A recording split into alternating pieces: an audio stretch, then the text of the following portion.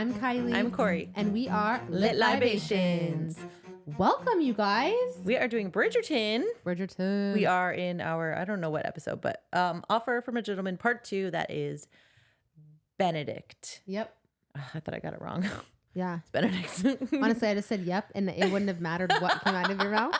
So that's crazy. Yeah. So he is problematic. Unhinged. Psychotic. Kidnapper / blackmailer. / forced servitude. Yep. Factual.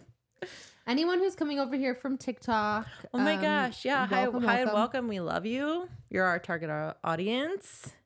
Yeah. And we hope you like this. And of course, everyone that's already been listening, we love you as well. Yeah. You're no less important. No, you're all important. We love you guys so much. This is so much fun. Every single day we do this, I'm just obsessed. I know. It's so, honestly, it keeps this. I can't believe it's May already. No. I feel like it's making everything fly by. It really is. I can't believe it feels like just yesterday that we just started this, and really, like, it's been 5 months, right? And that's such a short amount of time, but it's also kind of long. It's a long time, but it's also going by so fast. I agree. Okay, let's talk about what we're drinking. Okay. We don't have anything special for this. It's literally just a cranberry vodka with like some Sprite and muddled oranges. Yeah, a half-heartedly muddled orange. Dude, muddling is actually harder than I thought it'd be. Yeah. I don't have a muddler, so we just had to use a wooden spoon. Yeah. But we're calling it Hooch because Sophie goes to jail in the section of the book. Is that what we're calling it, Hooch? I didn't actually know what Hooch meant. It's like how they make in prison. Oh, I didn't know that. Am I allowed to say that? No, I have no idea. No, yeah, this is our podcast. We can say whatever we want. Yeah. We don't have like community guidelines on our podcast. No, yeah, we're not on TikTok Live right now. You guys, we just had our first TikTok Live because we had just reached 1,000 followers in the last week, and then you can go live on TikTok. Yeah, it was. How really fun is that? We probably seemed like little angel babies because we had to very much censor ourselves in so many ways. Yeah, I didn't do a good job. And I kind of, you said fuck once. That was it.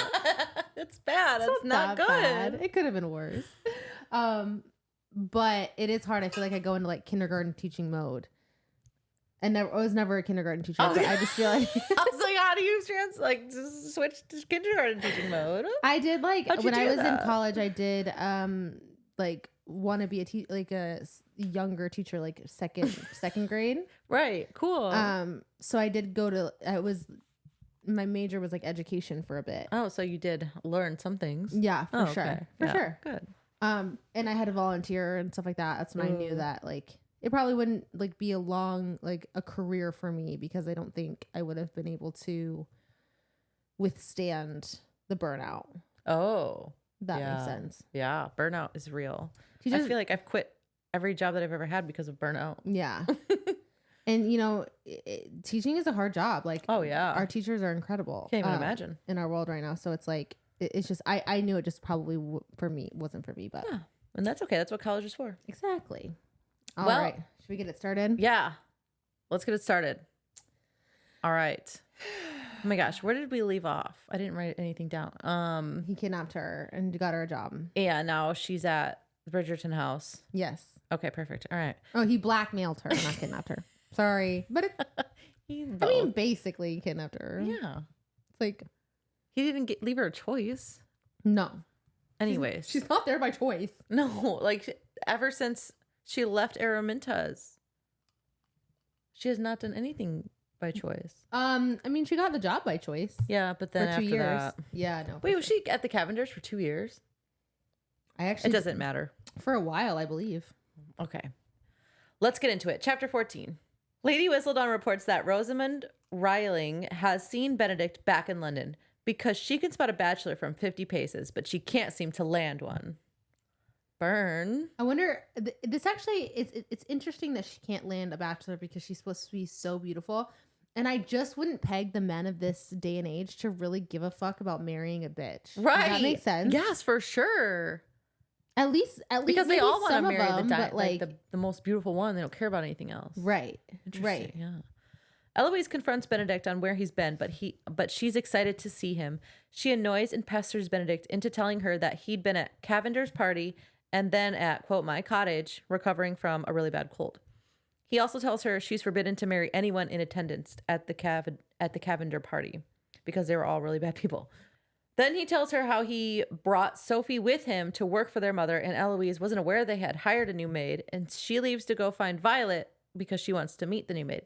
She also mentions to Benedict that they had lost their previous lady's maid to Araminta, but expects her to come crawling back within a week. This maid drama is like, I'm not really understanding it.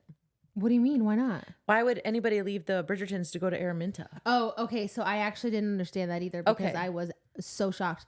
That comes back in a minute. It does? Yeah. Oh. Okay, go ahead. Yeah, because I wrote down something else. Okay.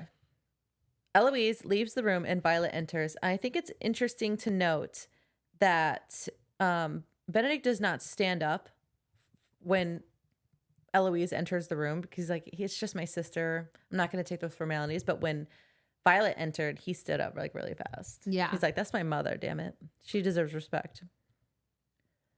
Which is nice of They Benedict. say that if a man that treats his mother with respect will treat, his woman with respect. It's not necessarily true for doesn't this. track with Benedict. It's not truly tracking in the situation, but it's fine. Violet asks Benedict who Sophie really is because she's far too educated to be who she claims. She can speak French. She saw her reading a French book. He says he doesn't know, and Violet speculates that she may be a cast-off daughter of an aristocratic family, meaning she became pregnant out of wedlock. Benedict rejects this idea at first, but then he's like, why not? Maybe she refused to bring an illegitimate child into this world because she already has one, and she didn't want to repeat the, quote, mistake again. What would have happened to the child? What would have happened? Well, like if she got pregnant with the child, like what happened to it? Like who knows? Who knows what happens to any of them? But also, why is that his first thought? Why he never thought like maybe she's an illegitimate child? Yeah, that's like not once. No, yeah. What? Then he gets a sour taste in his mouth at the thought that Sophie may have had a previous lover, and that's so disgusting and unbecoming. So he's like, "Oh, she might have had an illegitimate child," and then he's like, "Ugh." The thought of her like sleeping with somebody else is like so it gross. ruins it for me. Ruins it for me. Even though, how many people do you think he slept with at this point? Like genuinely, like give me a number. Like what do you think? Okay. Oh God. 39. 50. 50. Honestly, Lowballing? it could be triple digits. Oh, really? You Yeah. think? I think, yeah. I wouldn't disbelieve it. I would believe it. I think it's very possible. Yeah. I just the way that they but then he's like, God, if she was touched by one other man, I Right. swear to God. Why do they? Is that supposed to be like romantic? I think. Am I supposed to read that and be like, oh? So you know what's so funny is because obviously this kind of thought process does track today, like in our day and age with women, but not necessarily in terms of virginity. Maybe for some, but even with men. Like I remember having a conversation in college with a guy who was on the baseball team, and he had said that he would never even consider dating a woman if she had sex with more than 4 partners. I have heard similar things from men in my life. So I feel like it's the same thing, just like maybe not as severe. More than 4. Like, where do you draw the line at 4? Yeah, like why is 4 your number? I don't understand. It's so funny. Meanwhile, he's slept with like 300 women. No, and that's literally what it is. And it's fine. Yeah. I don't know if he slept with 300 women, but like he definitely wasn't like he definitely was not as innocent, right? Yeah. So I just think it is interesting. It feels like like for whatever reason there are men who just feel like they don't want their women touched by anyone but them. I feel like that's quite possessive. Yeah. Like, let me live my life. I want to have fun too. Yeah, even in this day and age, it feels possessive. Right. Yeah, and it's just not like, this day and age, like Bridgerton day and age. It feels possessive. Yeah, and it's written like that. But it's a social norm, so it's okay for these men to like think that way. Yeah, I just don't say all those thoughts aloud. You just think what? I just don't think it's romantic. It's not. No, it takes me out of the story. It does a little bit. I agree.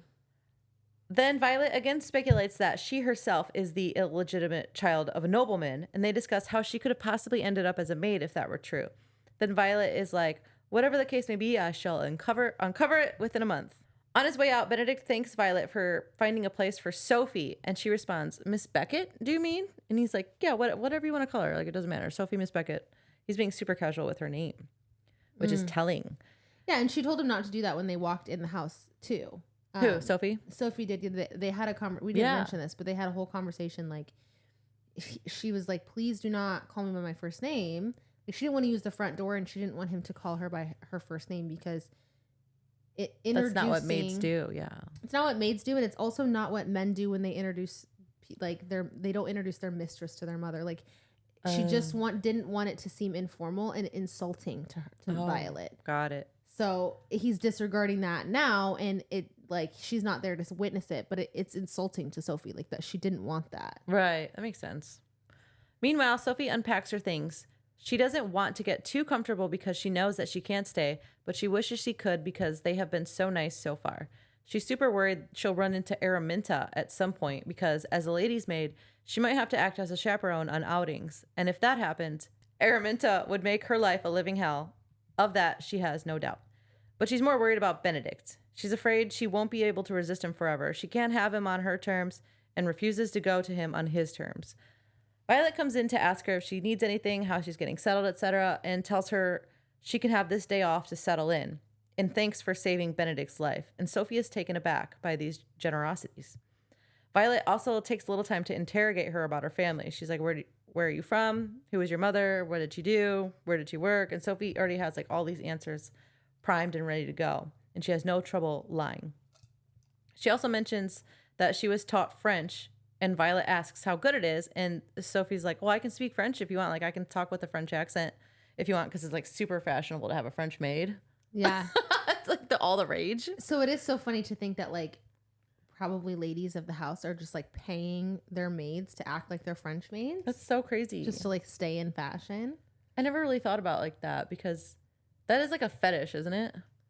Like French maid? women? Yeah, or like French maid, even like maids in general. Yeah, and I feel like it's because it's a sexual fantasy. Like, I don't know if that's where it derived from. Right, where does it derive from? But I feel like interesting. It seems like it would be like more of a sexual thing, and I'm just like, that's so funny to me. It's I don't know why. A French maid, whatever. Yeah. No French kink shaming. Sexy maid. Right. Oh no, I love that kink. Like, I actually like that kink. I like the little role play. Okay, I'm sorry. I won't talk about that here. No kink shaming here, and we'll move on. All right. Listen, I'm just gonna say I maybe like have a little maid's costume in my. No, I do. Ah, do you? And you dress up as Winnie the Pooh every Halloween? Shut the fuck up. I'm done. That was post-pregnancy, bitch. Oh, okay. Fair. I hate my life. Anyways, Violet is like, you don't have to speak with a French accent. It's okay. Then Eloise comes in to meet Sophie. After a quick exchange of introductions, etc., Eloise says that they will probably get on really well and they like each other. Then not like that. They just like are gonna get on. They're gonna get on as brother, sister-in-law, whatever. Yeah, sister, like as sister-in-law. friends. As like friends. As friends, because like no one knows that her and Benedict are like have a thing. Yeah, not quite sister-in-law. Spoiler alert. Oh my god. Oh my god. I need to slow down. Then they chat about Francesca and Hyacinth and Penelope, and Sophie wonders why they're sharing such small details with her, but she is like eating it up. They were treating her like a family, and she starts to tear up. She has this feeling that her life is just beginning. In the beginning of the chapter, she was like, I gotta get out of here ASAP. 100%.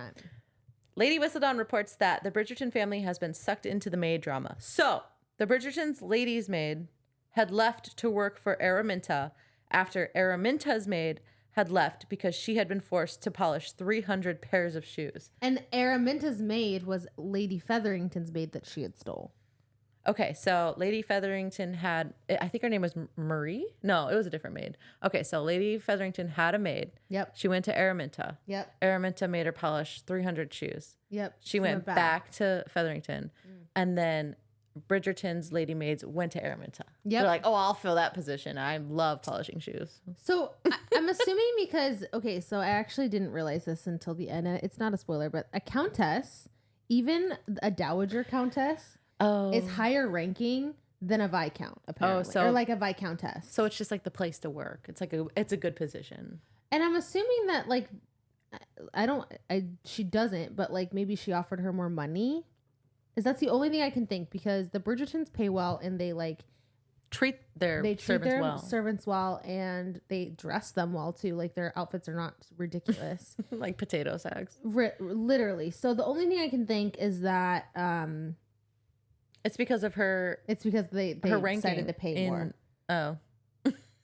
Not she's a viscountess. Well, because even with that, they're both dowagers, so that means like it would rank higher for certain situations, but Lady Bridgerton is more popular, right? So why would you leave? Yeah, I don't know. It's interesting. I feel like just to fill the plot point, like they needed a lady's maid, so one of the ladies' maids just true. left. That happens again later, and I'll bring it up again. She also reports that Benedict is in fact back. And she wishes the story was more exciting, but he indeed was just recovering from a cold in the country. Benedict finds a way to be in Sophie's way when she is headed to breakfast the following morning. He's like, how was your first night? I'm so glad it went well. Have you gotten a tour? Have you seen the garden? And she answers with short, dismissive responses and tries to walk around him, and he keeps stepping in her way, and it's super annoying. Then he lets her go and so she can eat breakfast. Afterwards, she like is walking back through the house and expecting Benedict to poke around a corner like at every turn, and she's like, you're being so stupid. And then he's like, why are you saying that about yourself? And so he is there again. He won't leave her alone, and she insists she has to work despite the girls not needing her right this second. He points that out and says, you literally have nothing to do, and she claps back with, which shows how little you know about working for a living.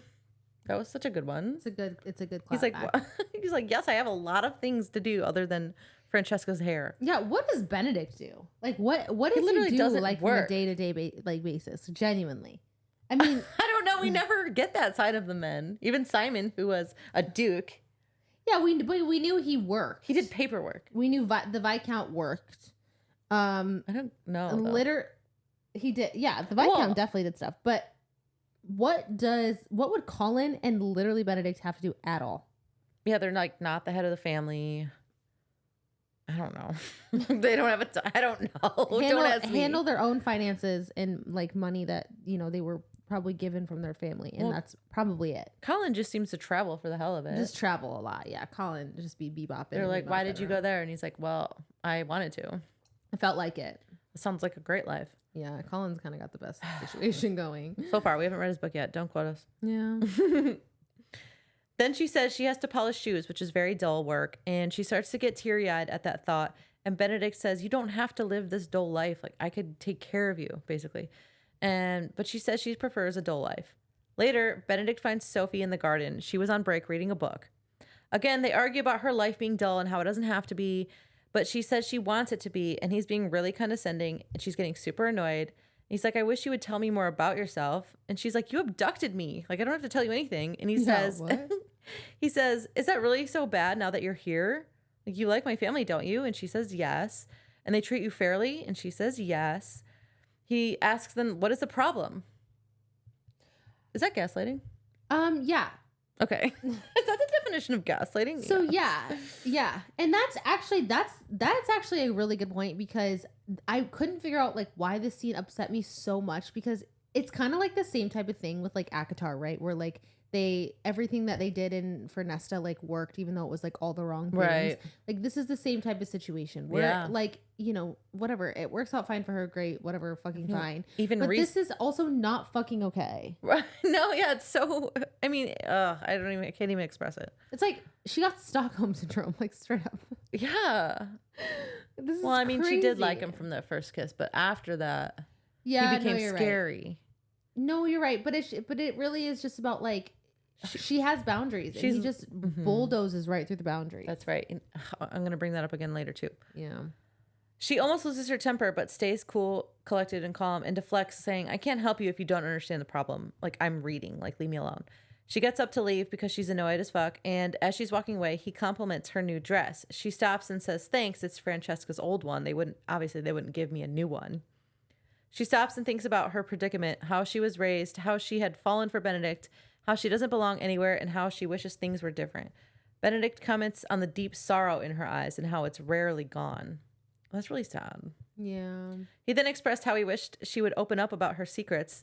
He knows she has them. And then he thinks about the lady in silver. She had a ton of secrets too, but he doesn't put two and two together at this point. No. So often. He doesn't. He's like, you can be happy, but you refuse that choice. She asks him to stop. Oh my God, this is a good part. She asks him to stop to not make this any harder. And when she said that, something snapped inside of him. He felt it. It's described in the book as a strange popping sensation that released a rush of blood, feeding the frustrated anger that had been simmering inside of him for days. At first, I was like, is that a description of an erection? Yeah, right? And then I was relieved at first because he said, you think it's not hard? You think it's not hard? And I thought he was going to declare it had been like really hard to love her from afar. Oh. But then he pulls her against him so she could feel his raging heart on. And he tells her, I burned for you.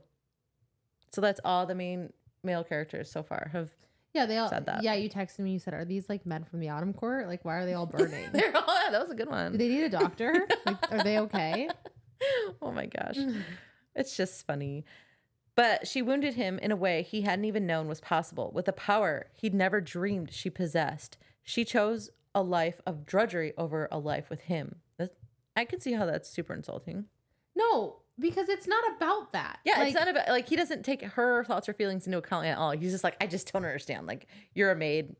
You could be my mistress. He's like the poster child for fucking male fragility. Like, yeah, he cannot, he cannot fathom like anyone wouldn't want, like, that she wouldn't want him. And it's not about her not wanting him. She wants him. It's clear as day. She keeps telling him that to his face. Like, it's not like he has to guess what's wrong with her. Right. Like, it's so serious. She has told him straight up, at least I do not want to be your mistress. This point. Because I don't want to have illegitimate children. I don't want to be your missus because I don't want to have illegitimate. Like, she's brought this up 6 times at this point. She has. For fuck's sake. Just read the room, and Benedict. he's like, oh, she doesn't want me. No. Stop. The Literally only stop. thing, yeah, he just keeps saying, well, how can I make her want me? Like, yeah. What other things can I coerce her into to make her want me? How can I make this enticing enough to where she'll just forget about the whole illegitimate child That's thing? his whole mindset. It's like, seriously? For fuck's sake. He kissed her and swears to himself that if she resists, he'd stop. It would be the hardest thing he'd ever done, but he would stop. Oh, like, God. this time, you know, if she resists, I swear to God, I'm not going to keep going. She did not resist. Yeah. We're going to move on. Which is a mistake, if I'm honest. They kiss with passion, and he recalls his kiss with the lady in silver. He does not put two and two together at this point. How many times? I can't keep doing this. I can't. He just thinks about how she disappeared. Lady in silver's gone. Sophie is here. Lady in silver's out. Sophie is in. Literally. He says that a lot too. Yeah. And it does feel like if the lady in silver was a different person and she came back, he'd choose her. Like, so fast. And he'd be like, oh my God, thank God. Like, this is like a problem. And if I literally, and if I was Sophie, I'm not joking. If I was Sophie and I knew that, it would, like, that would be a hard thing for me. Like, even if it was the same person, even if I was Lady in Silver and I knew, like, if I wasn't the Lady in Silver, that he'd leave me if this mysterious woman came back, that would crush me, even though I knew I was the same person. Yeah. That might sound irrational. No, I think that totally is. You're not number one. You're not his number one. No. Yeah. But because you're not this, like, and you're not the same person in his mind. And he would choose, technically it's another woman to him. He would choose another woman. Yeah, that's true. It's bad. That's upsetting for Sophie.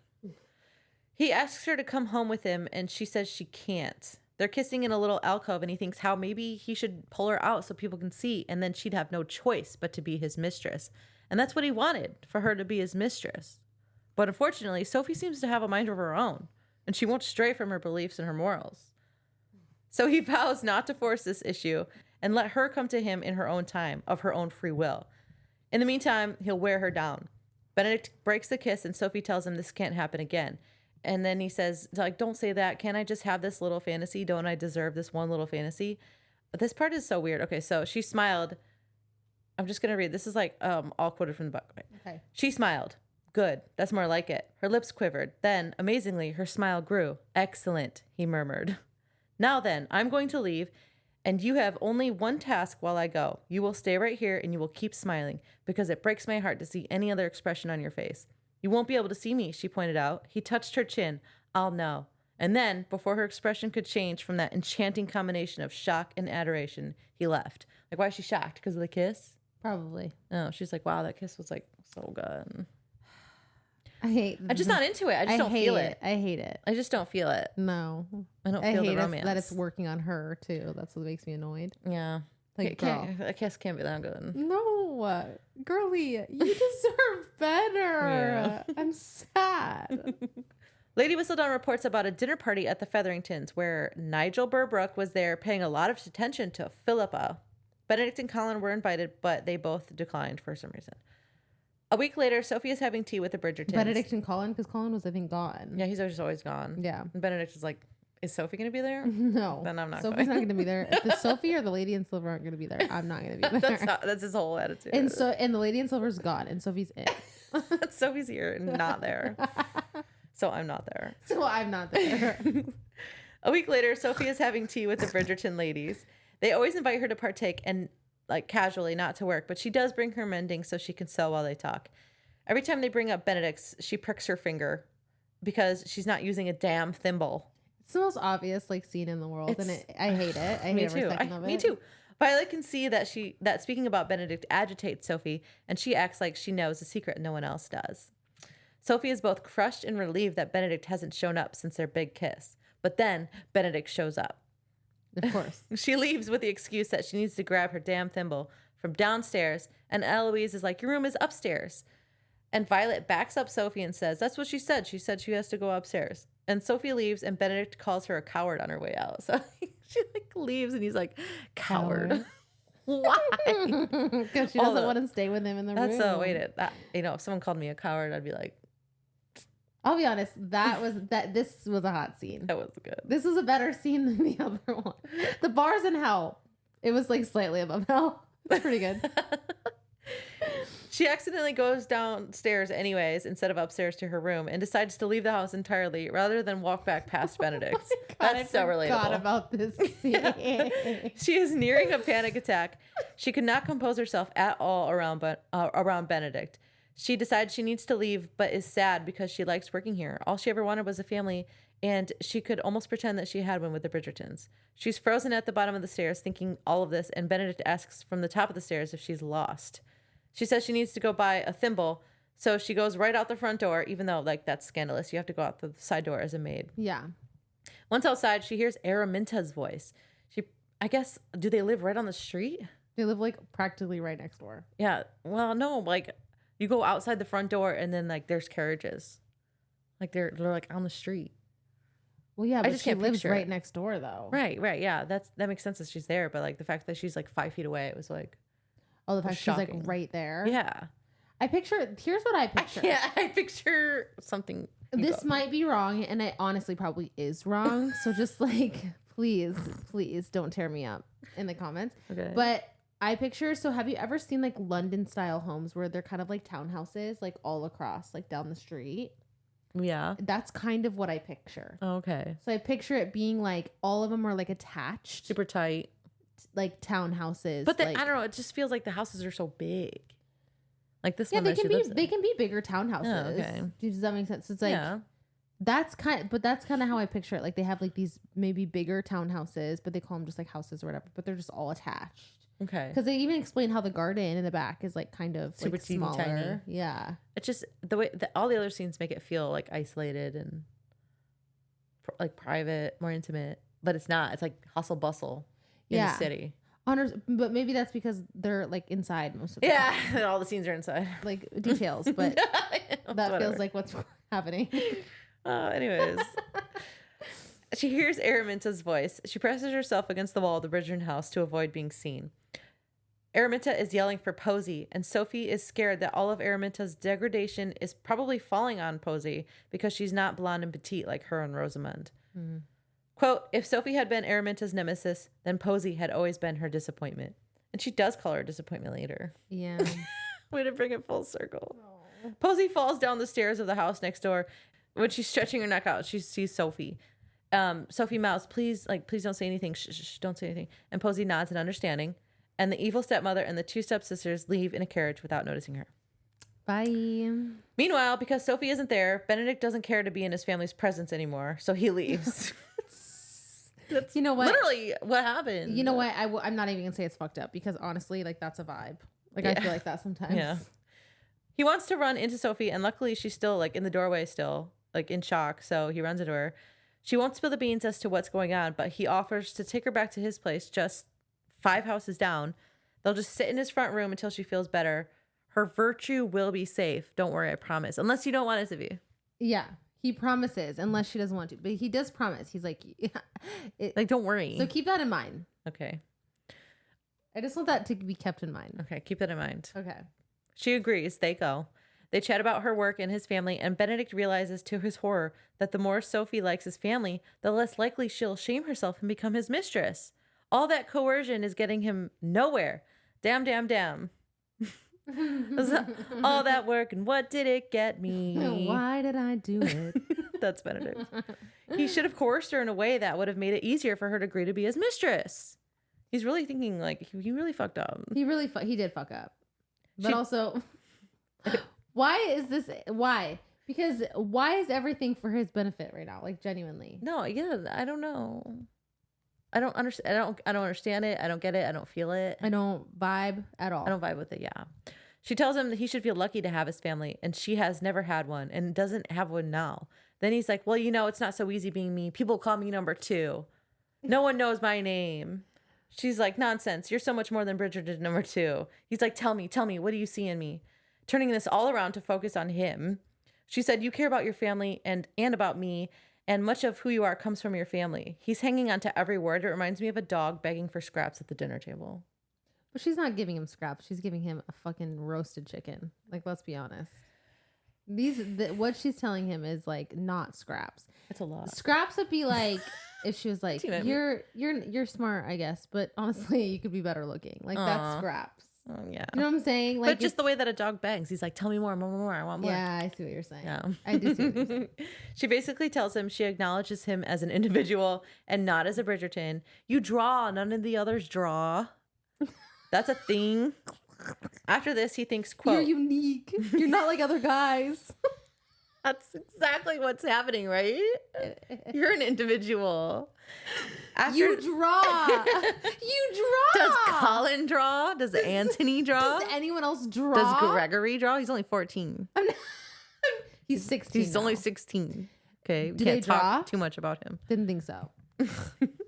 After this, he thinks, quote, it was strange to find a woman who could make him happy just with her mere presence. He didn't even have to see her or hear her voice or even smell her scent. He just had to know that she was there. I did like that quote. Yeah.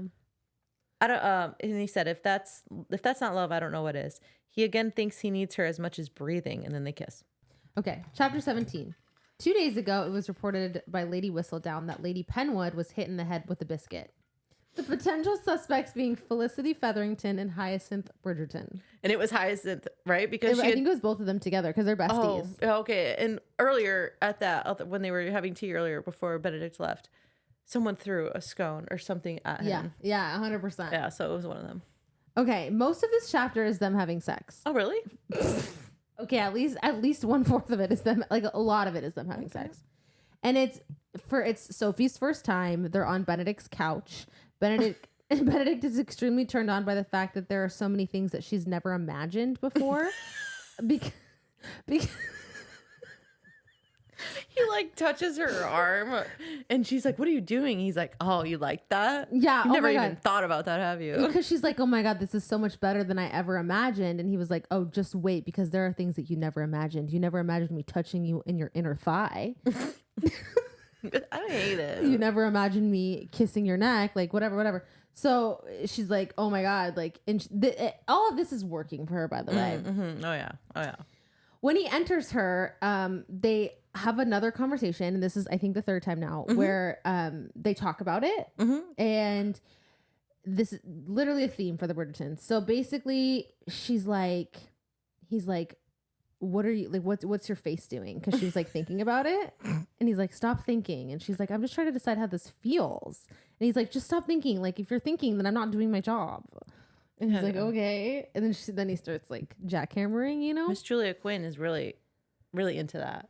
Oh, and he does surgeon her very hard. Oh, God. Again. That's 3 in a row. And you know what's so crazy? It's like he's so aware that this is her first time. He's so aware that he needs to make this like the best time that she needs to enjoy herself, so she keeps coming back. Exactly. And like he's like, hey, by the way, this is gonna hurt.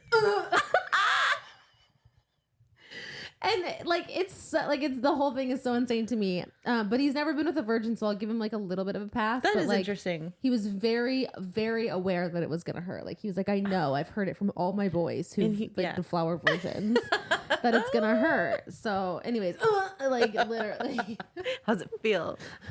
Do you like this? Oh my god. So I also thought this was funny when he pumped in her the first time. He thought he was gonna come like right then. Right. Yeah. I was giggling. It was funny. That was the funniest thing I've ever heard in my entire life. He's like I literally had to bite my hand to stop myself from coming. After they both finished, they both climaxed at the same time. That happens all the time. Yeah. Oh yeah. Yeah. Every time. Every time I've ever has heaven. They fell asleep after and woke up a couple hours later. While they're awake, Benedict says that he'll have Sophie's stuff brought over to his house. And she's like, meaning that he thinks that she's going to be his mistress. Yeah, right? It's like, oh, I did it. I made her my mistress. Yeah, I like succeeded. we had sex. This is it. Finish line. Like she's mine, right? Yeah. And she's like, no, please don't bother doing that. Basically like denying without fully denying like his, like being his mistress. And Benedict is absolutely like, he's just so pissed, like stone cold rage, like scary rage, like honestly scary rage. I was pretty scared.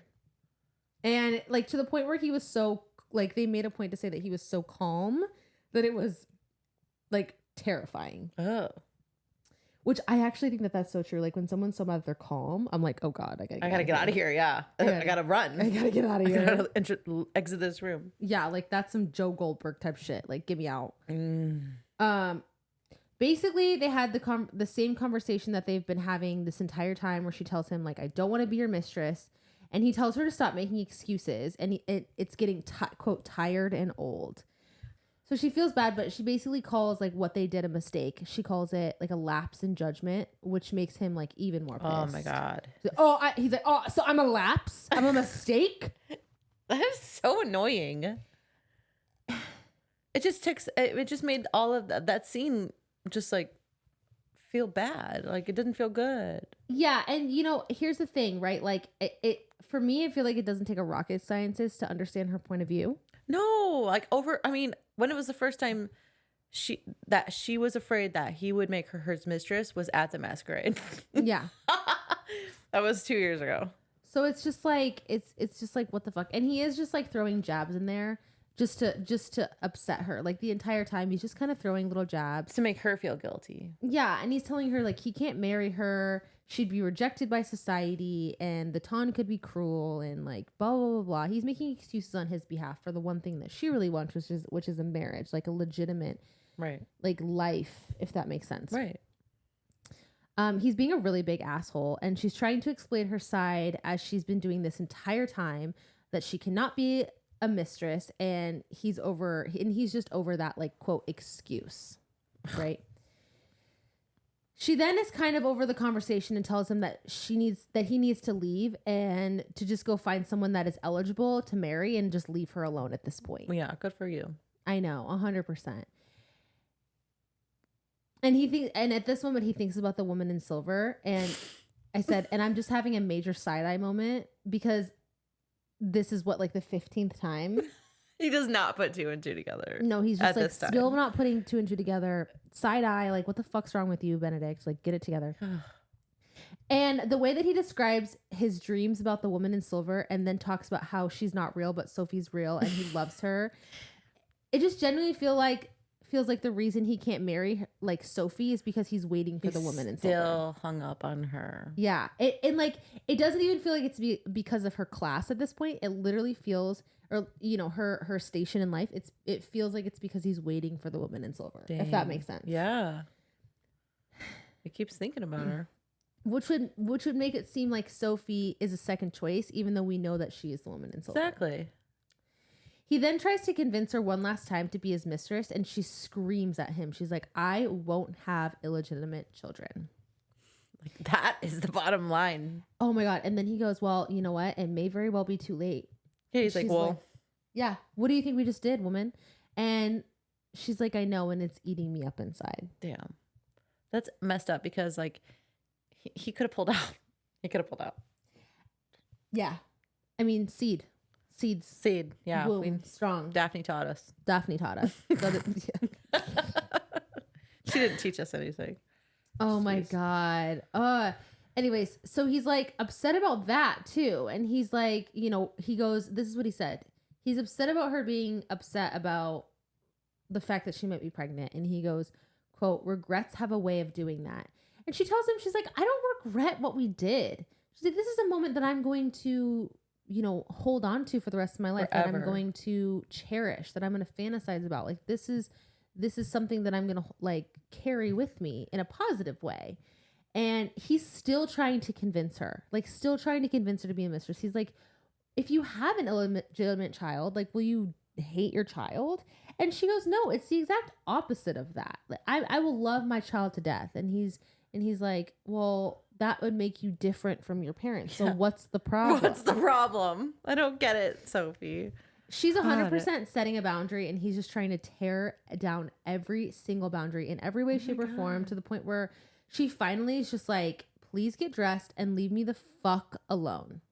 Like, seriously, leave me the fuck alone. It's so sad because she just lost her virginity to the man she loves, and he's doing this. Yeah. Oh my God. That would be absolutely devastating. Devastating. And he says something along the lines of, you know, if I kiss you, that I could change your mind. Mm-hmm. And she basically says, you could, for sure. And that would happen. But then you'd hate yourself seconds afterward. Right. Which is true. Yeah. And it's very reminiscent to me of the moment where Daphne and Simon. Yep. Exact Did you get that? Mm-hmm. Yeah. Right where away. he's like, I can, you know, you're my wife. Like, I can make you stay, and we can like do this because you're my wife. It's like, that's what I'm owed. She's like, you would never do that. You would hate yourself. And that's true. Yeah. Here's my question. And this is going to be controversial. It is. It's going to be controversial. It is. It's going to be. And it's going to be. What? Is he? Okay. He is better, but like, when are we going to talk about this line and this line of thinking and even just like verbalizing it kind of being on the same plane as like Philip Cavender? Like, not in the same level, but the same arena. Yeah. I was going to say, yeah, the same area.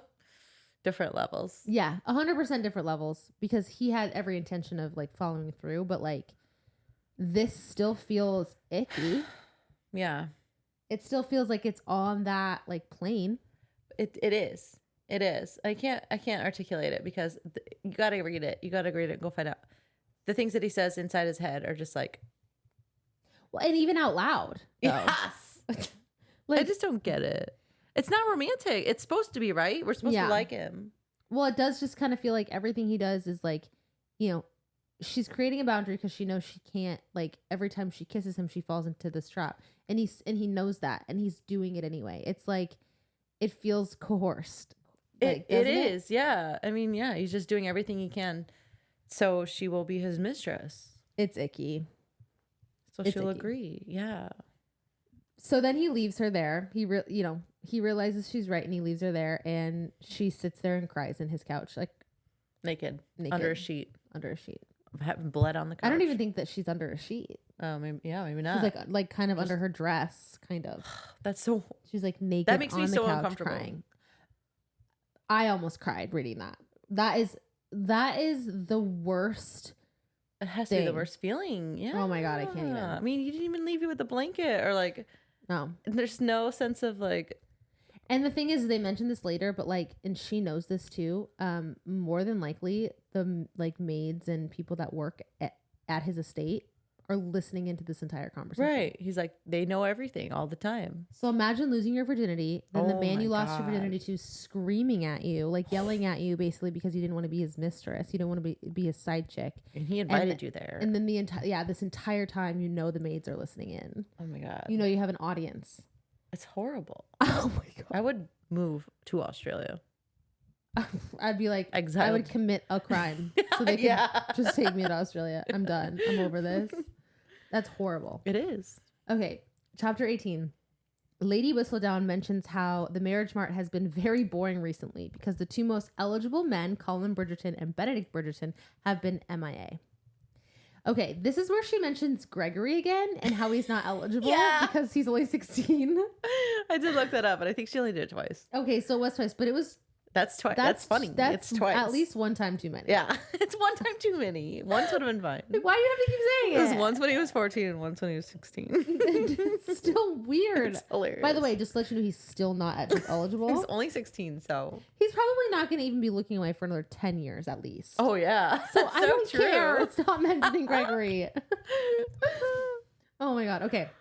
So I just want really quick, if you're listening and you are drinking, if you're drinking while listening, I want you to go ahead and take a sip every single time I say the word fortnight. Oh. Yeah. Okay. I say it a lot. From now on? Yeah, it's in my notes a lot. Okay. Poor Sophie is struggling, okay? She has not seen Benedict in a fortnight. Oh, hold on. She very obviously is going through depression. She cries herself to sleep every single night, heartbroken over having pushed Benedict away. She runs into Lady Bridgerton, who asks why she hasn't been at tea. She tries to make an excuse about how she's been needing to do some mending, but Lady Bridgerton is like, you can just bring that to tea. Yeah, you do that all the time anyway. Literally, that's fine. I don't care. Sophie agrees to join them today because she's like, yeah, you're right. Okay, I haven't seen you. And Daphne is there with her daughter, Caroline. Francesca's there. Hyacinth's there. Eloise is there. So it's basically just like a normal little tea sesh. They're all playfully teasing one another, which is very typical.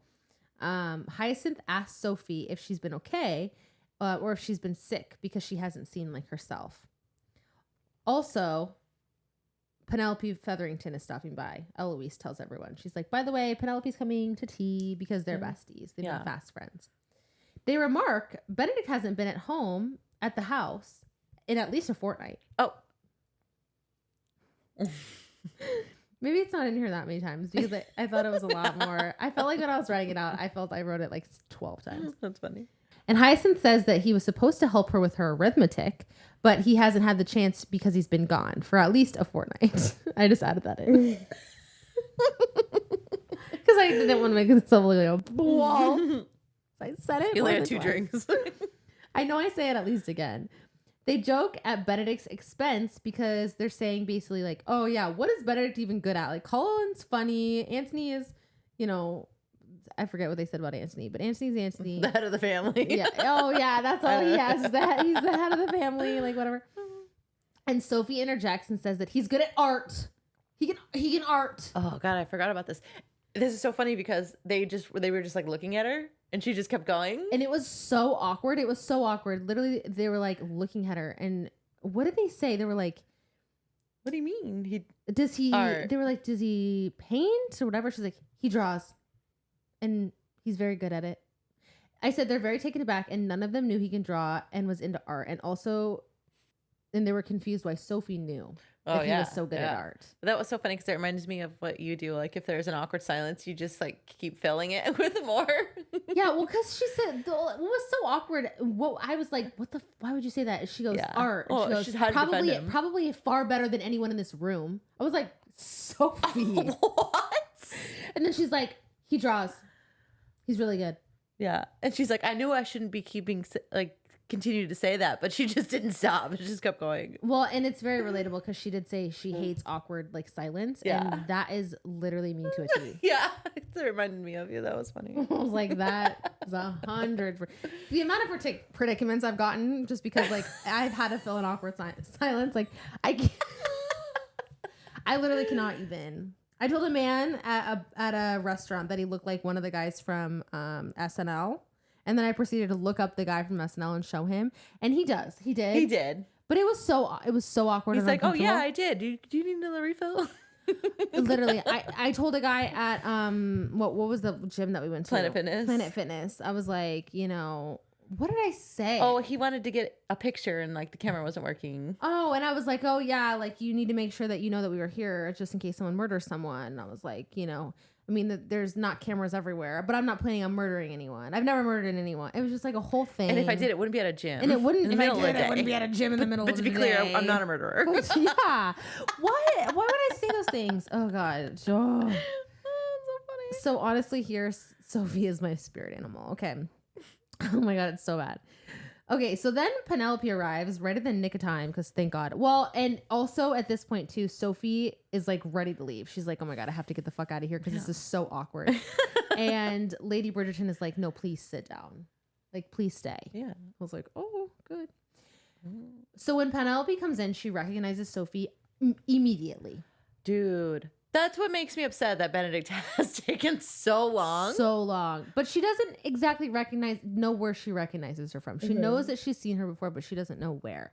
And it's at that moment that Sophie realizes that at the masquerade ball 2 years ago, before Benedict had gotten to her, Penelope had gotten knocked over by like another man and Sophie had to help her up. That's right. So they had like a moment.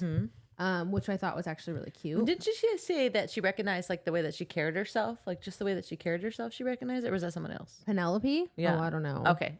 I don't actually remember that, but that's fine. Yeah, but it is interesting. Like Penelope is like looking at her like the whole time, like studying She's her so face. Smart. She's so intuitive. But she doesn't know. I don't think she ever really figured out. Maybe she did figure it out at the end. Yeah, I think she does. Sophie at this point is kind of freaked out because she's afraid that Penelope is going to recognize her and tell everyone who she is. So she starts acting like really strange and really strange. Like at one point she's like, I think Penelope's like, where have I met you? And she's like, I don't know if you recognize me, but like, it's probably because everyone in your acquaintance is very, very beautiful. And it's like a very long sentence. And everyone's like, you've literally never talked this much ever. Like, what the fuck is going on? That's the longest sentence you've ever uttered. It was so strange. That was funny. So, but she blames feeling so awkward and so like weird and whatever on not feeling well. So she's like, oh, Hyacinth said I was sick earlier, so I'm just gonna pretend like I was sick. Yeah. But Hyacinth was like, oh, I was hoping that you would help me watch our younger cousins who are between the ages of 6 and 10, by the way. They're coming into town this evening and I really need help. Like I'm just, it's just too much for me personally. Which is kind of fair. Oh yeah. She agrees to help watch the children that evening. Penelope, though, is still asking questions about potentially knowing her, so she fakes sick and she's like, I gotta get out of here. I'm really not feeling good. Okay, now we're at Benedict. So Benedict is on his way to his mother's house for the first time in a fortnight. I didn't add that one in there. That one was just in there. Okay, so this scene is the worst scene. Okay, but hold on 1 second. Benedict's like, I have been avoiding going to my mother's house for a fortnight because I don't want to see Sophie, but I'm going to go over there right now. Yeah. For no reason. He doesn't give a reason. No, not for no reason. For what reason? No reason. So everyone was on their way over there because Daphne had an announcement. Oh, yeah, okay. Yeah. My bad. Okay, so he runs into Colin and Anthony, who are joking around with one another about Colin leaving out of the blue to go to Wales because he just felt like it. Yeah. Because he'd never been. Why not? Yeah. He claims that he had to get away from the marriage mart and his mother has been pushing Penelope Featherington on him lately. His brothers tease him about how they think that the two of them, Penelope and Colin, will be married within the year. And Colin, this is a direct... This is the beginning. This is Colin's villain origin story. Oh my God, this is horrible. It literally made my toes curl. And, but not in a bad good way. Yeah, and not a good way.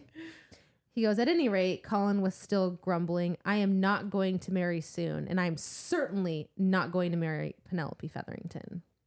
Right after he says this, they realize that Penelope is standing at the top of the steps and heard every single word that they've said. Damn. It's horribly awkward. Yeah.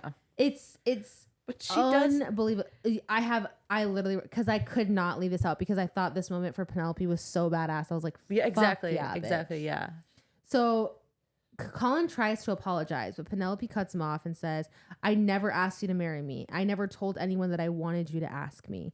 He tries to apologize again, but she cuts him off and says, "There's nothing wrong with that. I am not going to marry your brother, Benedict. It doesn't hurt his feelings when I announce that I'm not going to marry him." And she's saying this to Benedict, and he's like, "No, no, of course not." And so then she decides to walk home. She's like, "All right, I'm going home." And I can't remember which one said it, but they were like, "Oh, are you going to walk home alone?" She's like, "I literally live right across the street or right around the corner." And Anthony's like, "I'll walk you home." I love that. Anthony's the best. He's like, "Please." And she's like, "No, it's okay. I'll be fine." And he's like, "Indulge me." And so she walks with him. I love Anthony outside of his book. I love him outside of his book more than I did inside his book. Anytime we like literally are not in his head, I'm like, "Oh my God, I'm obsessed Me with too. Anthony." Inside of his head, I'm just like, wait. I'm like, "Give me the fuck out of here. TMI. Give me the fuck out of here. I don't need to know all this. I need an exit.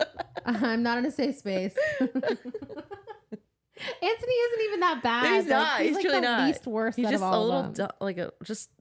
what is it? Like immature? Dumb. Yeah, I don't like to call anybody dumb. He's 30 and he's immature, probably. Yeah, Probably immature. older than Just like the 30. way that he thinks is just like, come on. Yeah, I don't disagree. So at this point, Colin obviously feels like really upset and really bad.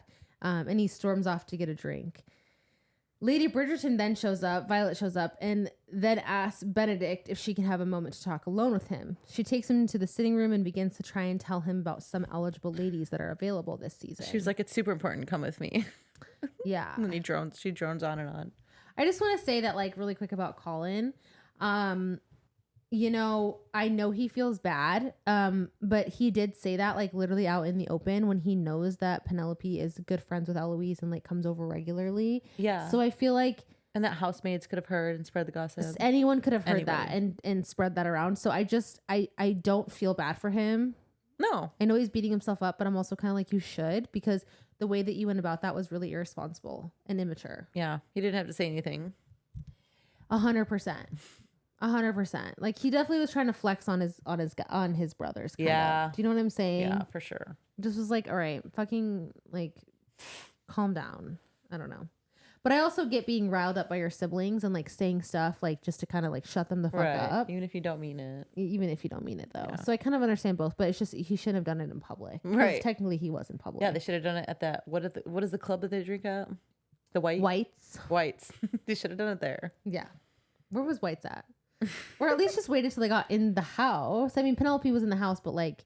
Oh, I thought they were, like, in the hallway. No, they were literally outside. Oh, I'm dumb. Yeah, they were, like, on the front steps of the house. Oh. The No, one that's time really they were actually irresponsible. outside. Yeah, it was super irresponsible. Wow. Because if Penelope didn't hear, someone would have heard. Right, yeah. Like, she would have, yeah. Yeah, I don't know. Okay, chapter 19. Benedict is sitting with his mother in the sitting room, and she's telling him about all the eligible ladies of the town. He is very obviously not listening to her, and she's kind of, like, a little annoyed. She's like, "Benedict, are you even fucking listening to me?" Like, He's, like, drooling. He's like, daydreaming. What? He's, like, thinking about this lady in silver and Sophie at the same time again. And not putting it together. Like, still not putting it together. 2 + 2 = 7. Anyways. I think it's just so funny. Okay, go, keep going. And the whole time, he's thinking about the dilemma with Sophie. It's so funny. Not again.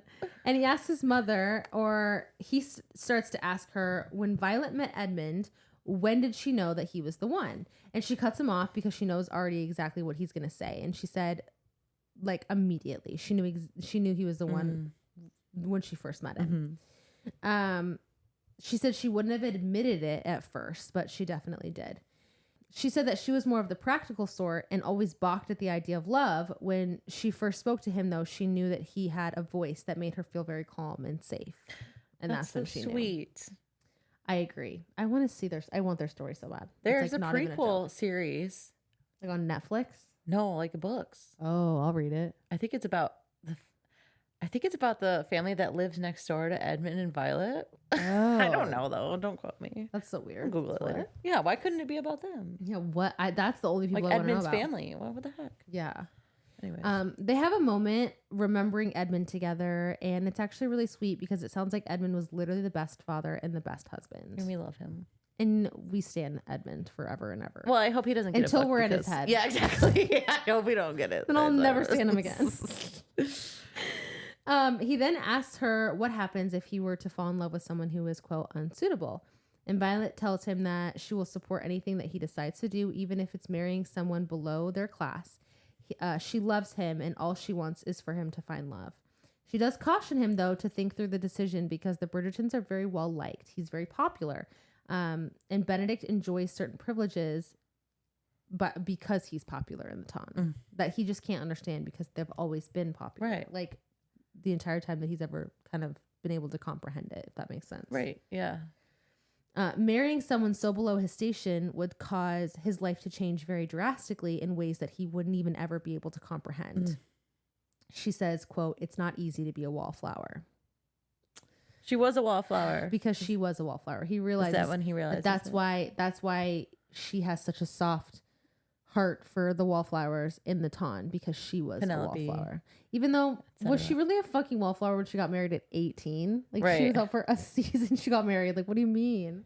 You were a wallflower. Yeah, that's kind of like upsetting because I love that she's described like that, but truly she got she got married really quick. Yeah. He thought about the woman in silver again and thought about how he wanted to marry her, but she was gone and Sophie was here, and he loved Sophie. Lady in Silver's out. Sophie is in. This is like a thought process he has like seven times a day. She was all he needed. So we're back with Sophie now. She is helping Hyacinth watch the Bridgerton cousins, and they're absolute menaces to society. They're literally menaces to society. Yeah. They're going absolutely crazy. So Sophie then suggests that they play blind man's bluff, which is basically a combination of hide and seek and Marco Polo. Ridiculous. That's how you describe it, though, right? Yeah. Oh, yeah. Absolutely. I used to play that as a kid. My dad taught us. Blind man's bluff. Mm-hmm. I didn't know that was an actual game. Yeah, it is. Yeah. Oh. So what we would do, we would blindfold ourselves, and then like everyone else would hide, but it was a quiet game, so you would just have to feel around for them. That was much more fun than saying. So it's basically blind. That's like blind hide and seek. So basically, what they're doing here is like the person that's it and blindfolded will go blind man, and then everyone who's hiding will go bluff. Yeah, then you have to find them. So it's Marco Polo out of the water, but like also hide and seek. And blind, yeah. And blind. Yeah, yeah. But Marco Polo is blind. It's just in the water. Oh, true. Yeah. It's Marco Polo outside the Marco water. Polo outside the water. Yeah. There we go. I wonder if that's a like if Marco Polo is a game that people play in other, or if maybe you call it something different in other countries. I think so. Because we have listeners from other countries. Yeah, well, let us know if you're from Russia, Germany, Australia. I see you. England, whatever. Like, did you play Marco Polo as a kid? Yeah. They say Sophie has to be the blind man or the person that's it. So they tie the scarf, like 2 scarves around Sophie's eyes so she can't see. And they all hide. Back to Benedict. What? I'm just describing the game. Keep going. No, the scene. Oh, yeah. Back to Benedict. He is trying to sneak out of the house when he runs into Eloise, who is kind of playing a game here, in my opinion. She's trying to get him to stay, so she tells him first that Daphne has an announcement, and he guesses that she's pregnant again, which is what's happening. And he doesn't care. And he's like, yeah, whatever. Like, tell her I have a surprise, I guess, whatever. Then she reminds him that Hyacinth needs help with arithmetic, which is interesting because Daphne just said like 2 chapters ago that Simon was going to help her with help Hyacinth with it instead, because like he knows more about arithmetic than her. Yeah. Or than Benedict. So she directs Benedict up to where Hyacinth is, which we know is also where Sophie is. So she's obviously playing a game here, right? Yeah. Yeah. They're up there playing a game. Yeah. They're not trying to learn. No, but I'm saying Eloise is playing, playing. Like, sent them up there for a reason. I feel like for Sophie. Yeah, exactly. Right? Yeah.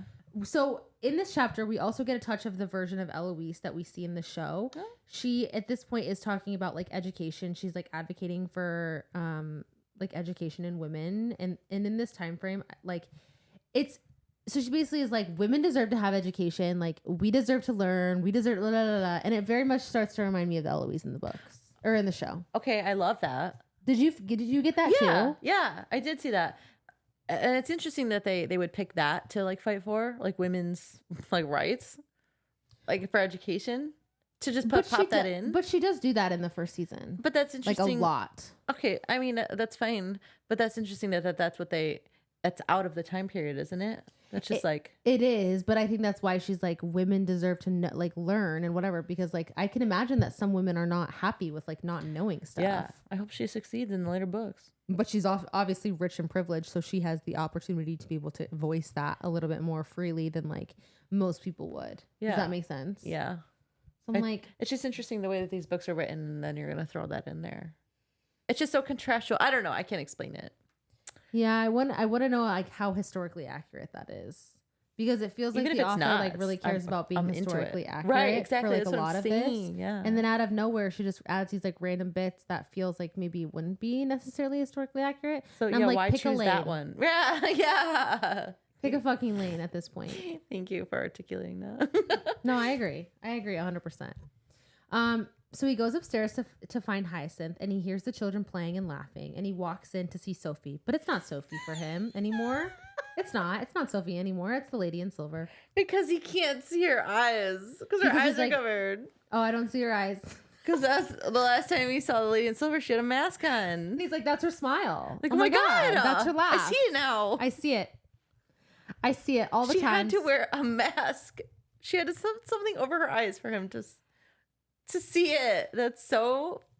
I cannot believe this is what they did. Me either. This for him. No, this I was is wondering. I was insane. like, well, when is the moment gonna be? Is she gonna like just tell him? I thought she was gonna. This is it. I thought she was gonna say something. Right. Like I thought she was gonna say something to the effect of like when she was like, "I see my soul, my very soul." Right, something like that. I was like, and he was gonna be like, "Oh my God!" Like, yes, that's it. That's also, how I thought that was gonna be revealed. Also, I thought he was gonna be happy about it. I had mixed reviews on that. I thought he was gonna be like, I would be. I'd be like, oh my God, yes, all these two women that I've had this connection with are the same. Here's the thing. I actually kind of understand why he's upset. Okay. I just think the level at which the way that he hit. Okay, oh my God. We'll talk. Yeah, let's keep going. Everything clicks for him in this moment, and he realizes that every time he was thinking about the woman in silver in the last month, he was also having deep thoughts about Sophie, like they're one and the same. He thought to himself, it was strange that he like was feeling, he literally thought to himself more than once. He's like, this is crazy that I'm feeling this very deep emotional bond with two women, but it wasn't two women. It was actually one. Then the anger like starts to seep in, and he's so upset with her. He's so upset that there's like a rage noise filling his ears. There's like blood coursing through his brain. It's like pumping. Like he just is. What is that called? What did they say? Know. Yeah. Okay. He's like, how many hours this is a direct quote. Okay. How many hours had he lain awake, feeling that he was betraying the lady in silver, the woman he dreamed of marrying, all because he was falling in love with a housemaid? That's where his mind has been this whole time. It's very telling. That's also very fucked up. That's the way he put like. That's very telling. Described that. Right. And she knew the whole time that she was the lady in silver, and she never said anything. All of the children had gone quiet to the point where Sophie had noticed, and she was like, what's going on? But she couldn't see anything because she had two freaking scarves over her freaking eyeballs. Benedict asked Hyacinth to evacuate the room. I was scared at this point. Me too. I mean, it's written well. You know he's angry. It's palpable. Yeah. It's not good. Yeah. Sophie's struggling with the scarf. She's trying to get it off. He's so angry. And she's like, Benedict, like, what's going on? Yeah, like literally, she's just like struggling. And he asks her if she has anything to tell him. And she's struggling with the scarf, not understanding what he's asking her. And then he goes, Sophie, that scarf looks a lot like a demi mask.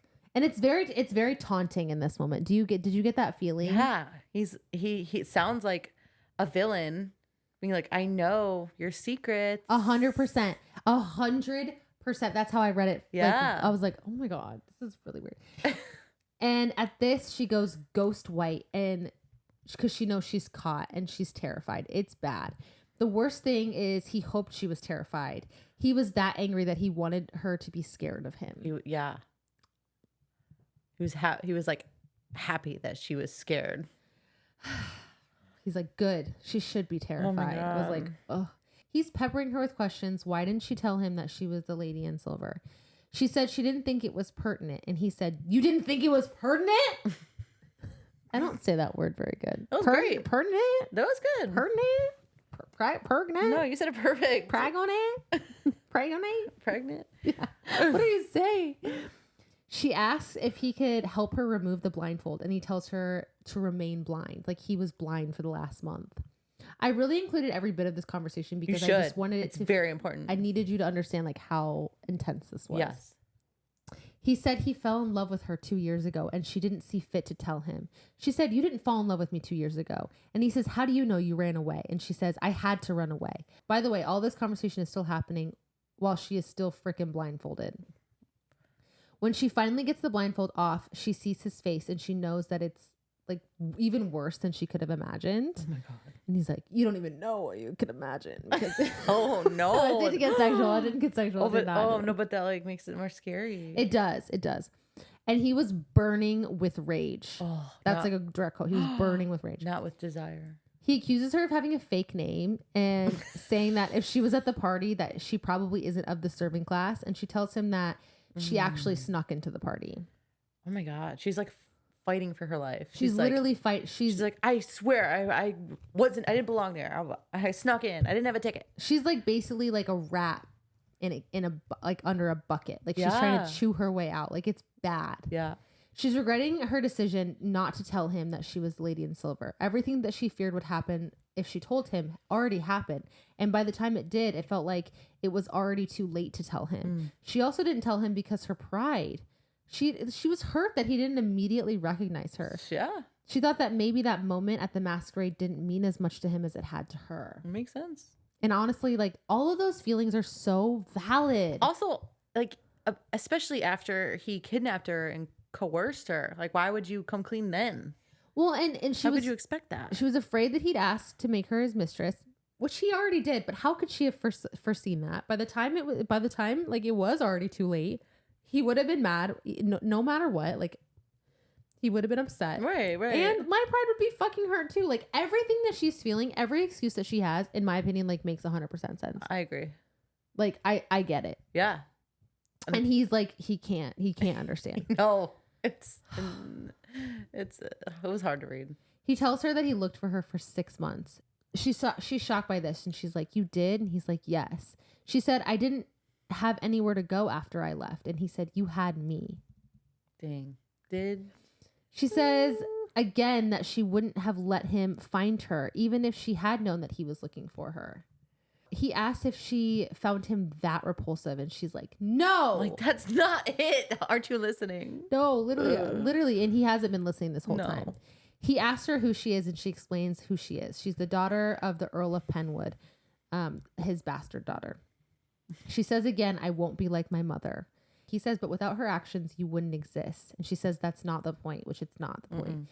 He says she lied and she says there was no need to tell him the truth. He's seeing this entire conversation only from his perspective and like he's taking the entire conversation personally. Like, like all of her decision making was like a personal jab to him. Exactly. If that makes sense. Yeah. And she also said at that point, I think if I had to do it all over again, I would do the same thing. 100%. She says that like more than once. Yeah. That's crazy. He realizes at this point that if he doesn't leave the room, he might actually hurt her. Like he wants to hurt her. He literally says like, I would never hurt her. And yet like he wanted to hurt her. Oh my gosh. And so he dips out and leaves her there. Chapter 20. Lady Whistledown reports that Araminta had a temper tantrum and threw 17 shoes at her servants last night, resulting in a black eye from a footman, but that seemed to be the worst of it. Sophie quickly packs all of her possessions into a single bag. She had to take 2 of the dresses she'd been given, and she even felt guilty about that. But she can't imagine being able to stay or wanting to stay after such a fallout with Benedict. She curses her dead father, assuming he's in heaven, by like shaking her fists at the heavens for giving her a taste of another life and then leaving her in the wind. It would have been so much easier had she been raised a servant. She contemplates where she'll go. She heard it's a lot easier for someone like her with the less than respectable birth in America. Their boundaries of class were a lot less strict. So she's like, how do I get on a ship? How do I go to America? Isn't there still the war going? Yeah. Yeah. They'll it's better than Benedict. It's better. War in America is better than this. Oh, sweet God. She wants to avoid saying goodbye to the girls. She'll miss them. She'll miss Benedict, and she'll mourn the life she'll never have. But she feels she has to say goodbye to Violet at least, so she heads downstairs to find her in her study. Sophie is racked with nerves, and Violet immediately picks up on the fact that it's about Benedict. She speaks to her with such a gentle manner and with such kindness, and it's a wonderful and refreshing scene. They get teary-eyed together. Lady Bridgerton even asks if it's possible if Sophie's background is not what it seems because of how educated she is, and she can speak Latin, etc. And Sophie just responds saying her and Benedict are not a good match. Like, it's not going to happen. Violet respects Sophie's decision to want to leave and offers one of her carriages and some money to help her out. She tells her to wait for her in the front hall and she'll have a carriage pulled around. Before she leaves, Sophie thanks Violet for treating her as a part of the family, saying it was lovely and she'll miss them all. She goes to the front hall and decides she might as well wait outside. Which, why would you? I don't know. It's a huge oversight because For the plot. Yeah, exactly. She's like, well, I might as well go get some fresh air. Araminta is outside and spots her immediately. Of course she is. And she's like, thief, catch her, constable, get her. Sophie runs away with every fiber of her being. She just tears through the streets trying to get away and is tackled and taken away to jail by police. The scenes are so she funny. like hits her face like on the pavement. Dang. This rest of the book is really funny. Araminta had been keeping an eye out for her because Posey had let slip that she had seen her. When Sophie heard that, a man was sitting on her stomach to keep her from running. And you know what she thought about Posey? She doubted she had told Araminta maliciously. She just had a hard time keeping her mouth shut. She never thought about wanting to hurt her. Fuck that. But you know what I mean? She really loves Posey, and she knows like, oh, Posey just has this like uncontrollable mouth. She just doesn't think. She wasn't like, God damn it, Posey. Like, how could you say something? Which is like really telling to Posey's character and Sophie's. I don't know if it's telling to Posey's character. I feel like it's definitely telling to Sophie's just character. the way that Sophie thinks about Posey, I guess. Yeah. Because that can be, you can't have the wrong feelings about somebody. Okay. 100%. All right. Chapter 21. Lady Whistledown reports that Penelope was seen with all three Bridgerton brothers, but she left with the only married one. Quote, if Miss Featherington were to somehow manage to drag a Bridgerton brother to the altar, it would surely mean the end of the world as we know it. And this author, who freely admits she would not know heads from tails in such a world, would be forced to resign her post on the spot. Like, I think she's just being just super sarcastic and like throwing it in their faces. oh yeah, that'd be kind of funny. Yeah, I think that's what it is. Well, also probably that's her probably feeling pissed about like what Colin said. Exactly, And just yeah. kind of being like, fuck you, Colin. like- Obviously I would never, or like it would never happen. Like the world knows it. Like, you know what I'm saying? Yeah, and it feels like when like I get blocked in volleyball by a guy and they're like, oh my God, I'm so sorry. Yeah. Like, why are you sorry? You're like, oh, could you This is the imagine a game. world where I wouldn't get blocked by a man? Like I surely couldn't know heads from tails in a world that I wouldn't Yeah. get blocked by a man. I'd rather you not jump and just lose the point. Right. Like, no, it's so condescending. It's so I actually condescending. kind of dig her for that because Yeah. like her whole vibe with this is because they did mention in a sense too that it was very clear with how hurt she was in her eyes that she was in love with Colin. Yeah. So this was a huge hurt for her. Yeah. Genuinely. But the way that she like kind of played it, like I respect. I agree. I do love Penelope probably the most out of everyone in this whole series so far. Yeah, I'm scared to get in her head. Because every time we've heard that about someone, I've been true. terrified to get in their head. Then she pretty accurately recounts the story of Sophie getting arrested and assaulted by Araminta and the police. Benedict wants to drink himself silly the next morning, but remembers he has a fencing date with Colin. That's even better than drinking. Benedict is being really aggressive on the mats, and Colin is like, what's got your panties in a bunch? Like, oh, it's a girl. And he knows it's Sophie, the housemaid. Like, he picks it all up really quick, just like he did with Anthony. I don't remember Colin meeting Sophie. Do you remember him meeting Sophie? No. No, me either. Wait, yeah. When the Penelope thing that went out. But she wasn't there. Sophie She wasn't wasn't? out there. Mm-mm. They were outside the house. Sophie was inside the house still. I don't know. Maybe they ran. I don't know. Maybe they ran into each other. I mean, outside Maybe he heard from of him being Eloise. the woman in silver. Maybe he heard from Yeah. Eloise or something. Yeah. That wasn't clear though. Benedict tells him she is the lady in silver and the dead Earl of Penwood's bastard daughter. Colin is of course surprised, but he kind of just shrugs his shoulders and is like, okay, what's the problem? Benedict insists it's a complicated situation, to which Colin replies, quote, Nothing is ever as complicated as it is in one's mind. And I almost had that as a quote of my week, but something beat it out. And here are all the realizations Benedict has had after this short exchange with Colin. By the way, Anthony had similar realizations about Kate after a short exchange with Colin as well. He shouldn't have demanded that Sophie be his mistress. It certainly had been his right to ask, but it had also been her right to refuse. And once she had done so, he should have let her be. Benedict hadn't been brought up a bastard, and if her experience had been sufficiently wretched so that she refused to risk being a bastard herself, well then, he should have respected that. If he respected her, then he should have had to respect her beliefs as well. He shouldn't have been so flip with her. His mother was right. He did live a charmed life. He had wealth, family, happiness, and nothing was truly out of his reach. Oh, God. It took his heart less than a second to know that a quiet life with Sophie was by far preferable to a public life without her. It didn't matter if she lied to him about being the woman at the masquerade. Their souls sang together, and he loved her. All of that completely absolves him of all the atrocities he's made this far. I meant that to be a joke to see your reaction. I fucked it up. It doesn't absolve him. But that's like everything that we've been complaining about. He's like, Colin's like, it doesn't have to be complicated. And he's like, you're right. And then all of this stuff. Oh my God. God.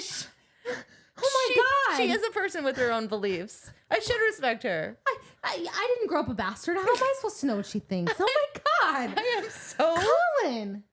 Privileged. Colin. Sophie is screaming these things to him, screaming, crying, like hitting her face. Gosh. Colin's like, it doesn't have to be that complicated. He's like, oh my God. You're right. He had to hear it from a man. Yeah. That's actually insane. I hate Benedict, I think I hate him.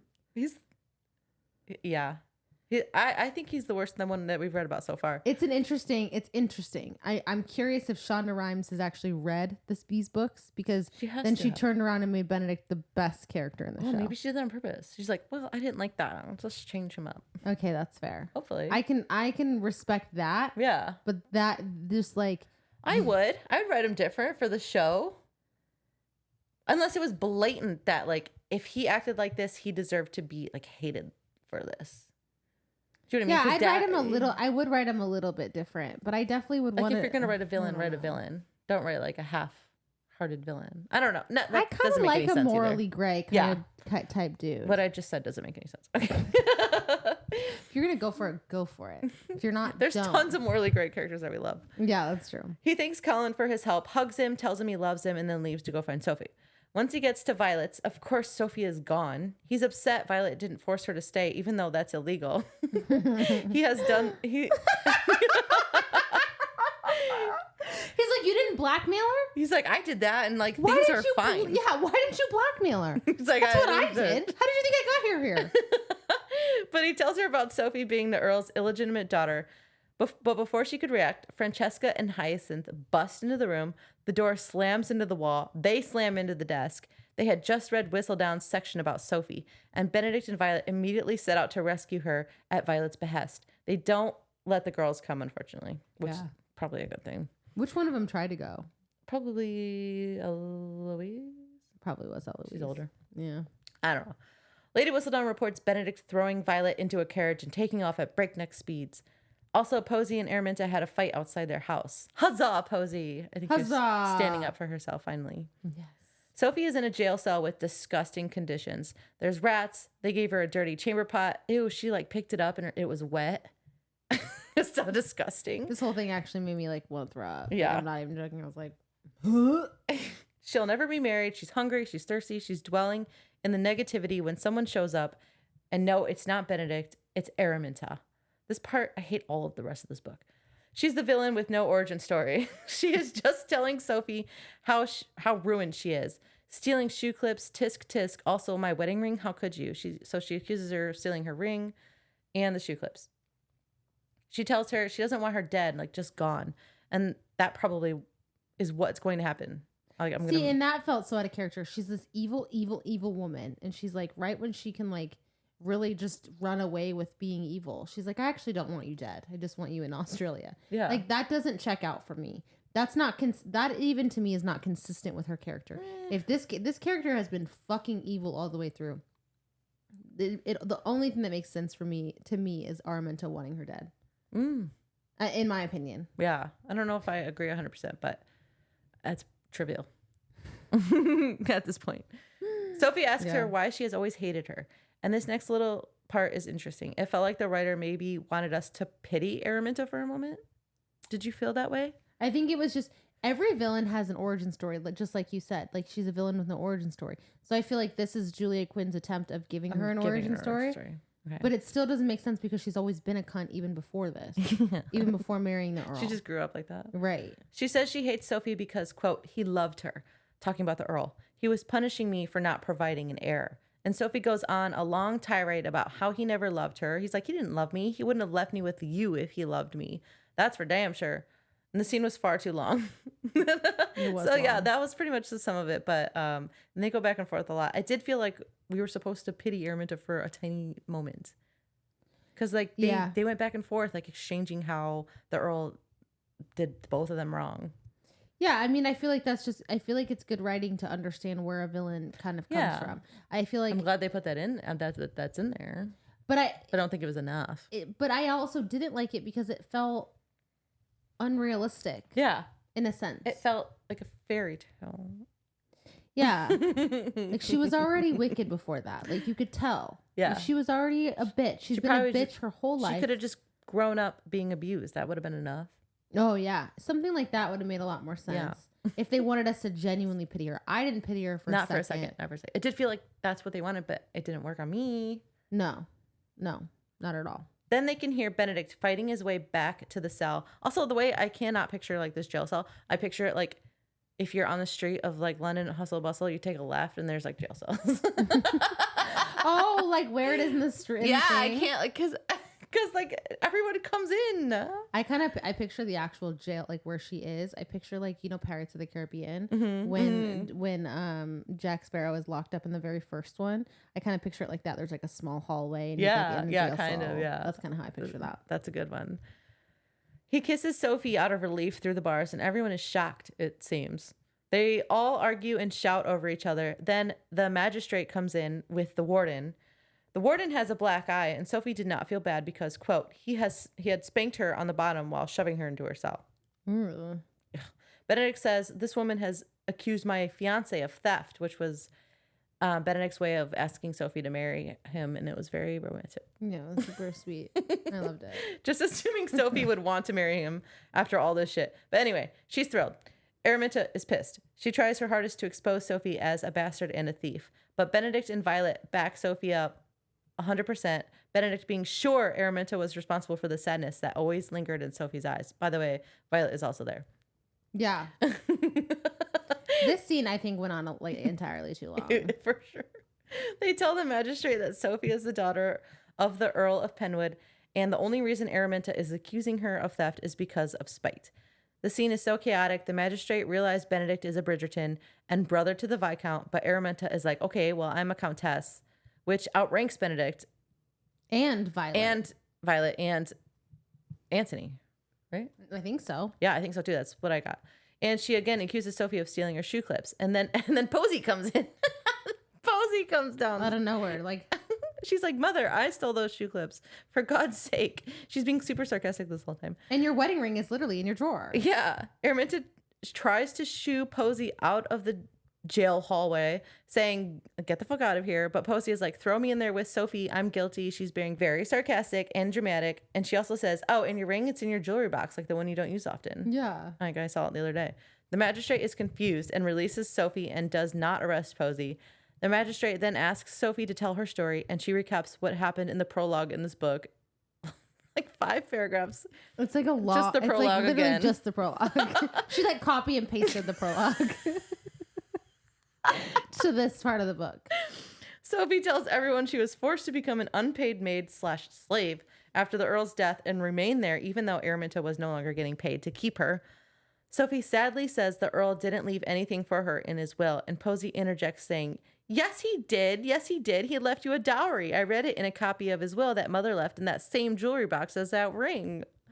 Sophie knew that her father never loved her, but was always extra hurt that he had never left her a dowry when Posey and Rosamund had both gotten one. Violet then says, "Embezzling a young woman's dowry doesn't sound very legal." Embezzling anyone's money is super illegal. It's actually a felony here in the States. Don't embezzle. Don't embezzle. Araminta is caught like a villain in a Scooby-Doo, and she actually shakes her fist and says she would have gotten away with it if it wasn't for her meddling children. Lady Whistledown reports that Lady Penwood and Lady Bridgerton have left London. Okay, Lady Bridgerton requests a moment alone with Lady Penwood and, of course, the rest of the Bridgerton clan with Sophie, obviously. When the police leave, Lady Bridgerton tells Lady Penwood that she will not badmouth Sophie any longer, as she is to be the future Mrs. Benedict Bridgerton. By the way, Benedict has not asked Sophie to marry him. No. She hasn't even said yes. Like, they're just all assuming. So, yeah. Lady Penwood said that she will not say anything positive, but she'll go along with any story that they have to say. The only reason she's doing this, by the way, is because Lady Bridgerton keeps threatening to call the solicitors on her. And I'm not even kidding. If I had a shot for every time that Violet says solicitors, I'd be blacked out on the floor. Yeah. It's actually so many times. Araminta like strays and like a little bit away from the plan, and Violet's like, oh, where does he live? Where does the solicitor live? Just a couple doors down, right? What's his number? How long do you think it take to get to the solicitor? Don't make me call that solicitor. Like, what's his name again? What's that solicitor's name? Yeah, that's so fucking bad. It's aggressive. Violet says that she will also confirm that Sophie's father was Charles Beckett, who was a distant cousin of the Earl of Penwood, basically making her like more marriageable, more respectable, and palatable for the time. Right. I thought it was going to end like him marrying her and everyone's just going to accept it and we're going to break these like societal lines that have been drawn. No, of course not. Because of course not. That's not where Julia Quinn is going to stray from. Well, that's what's interesting about how Eloise is like being noted, especially just in this small part about fighting for women. Yeah. That's like this, I don't know. Yeah, but that's an unexpected thing with the obvious things. The ones you're like, oh, of course she'd do that. She's not going to do that. Like, oh yeah. Oh no, like it doesn't rape happen. Or like, you know. Doesn't happen. This sort of thing, it's not. No. She's like, you know what? Let me just stick to the historical facts. Let me romanticize those. Let's stick to the historical facts here.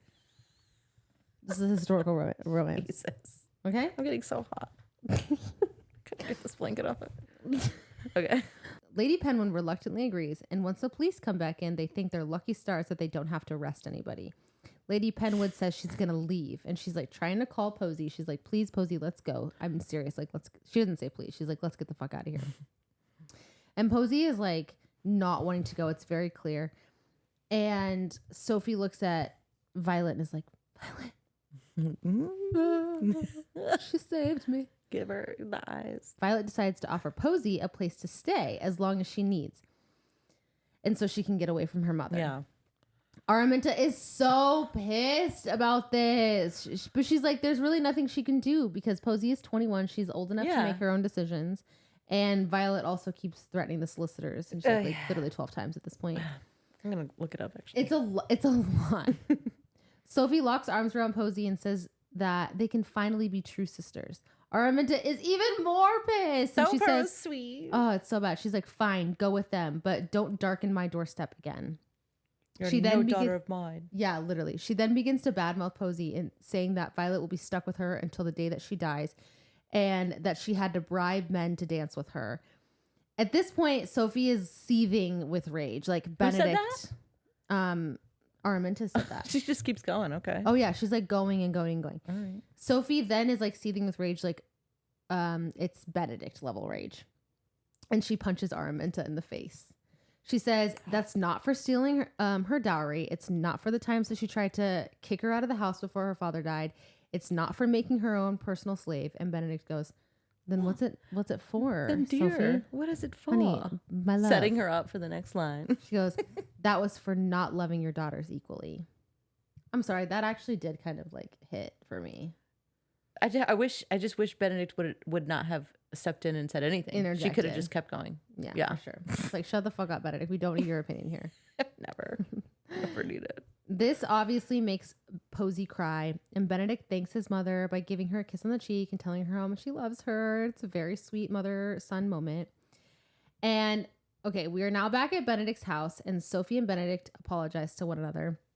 Benedict makes his big love speech and he tells her how sorry he is and asks her like for asking her to be his mistress. He tells her how much he loves her. He apologizes for not seeing her points of view and not wanting to be his mistress. Like, it's a very long-winded speech. Yeah. It's like seriously 2.5 pages. He tells her that what they have is rare and beautiful, and like she's the only thing that he ever wants. And he goes to like smell her hair because he's like thinking about how much or how well she smells. And then he's like, oh God, she's been in a jail for 2 days. And he's like, actually, let me give you a bath. How could he not know this out before? Okay, so it's so funny because these are the scenes. I think I've said this during ACOTAR. I was thinking about this the whole time from the moment they kissed Through the jail cell. Through the jail cell. I was like, this is disgusting. And I as a woman, like, couldn't kiss him. I'd be like, you know what? Actually, like, I love you. I do. I love you. I do. But I know my breath stinks and I know I smell and I can't kiss you right now. Like, I can't. We can do this later. The fact that like they get to Benedict's house and they're just still sitting on the couch. Like, I would genuinely be like, get me out of here. I would be begging for a bath. Like, yeah. I couldn't have any kind of conversations with him without having a bath. That's so funny. And she's just like, oh yeah, love me and hug me and kiss me and like whatever. And then he was the one that like, you need a bath. The fact that it hasn't even dawned on her that she needs I don't know. That is outrageous. I couldn't think about anything else. I couldn't. Just ruined the whole book. I could not think about anything else. That sort of thing to me, like hygiene in books where they completely overlook it, is really a big like thing. I cannot think about anything else. Yeah. That's interesting. When they just I like that they don't bring it up. Like if it's bad. No, for sure. My point is how when they go through these big life dirty events and they have sex or he's eating her out, like caked in blood, and they're disgusting, and I'm disgusted. Feyre like all the time. Feyre sucked Rhysand's dick after they went to war. Like these are not moments that are attractive. Right. This is not hot. Like thinking about having your mouth on a sweaty man's dick. Oh no. Thinking about having a man going down on you. Well, no, I couldn't. Oh my God. it makes me heave and hoe. I just can't do it. And that's just basically that. That's that.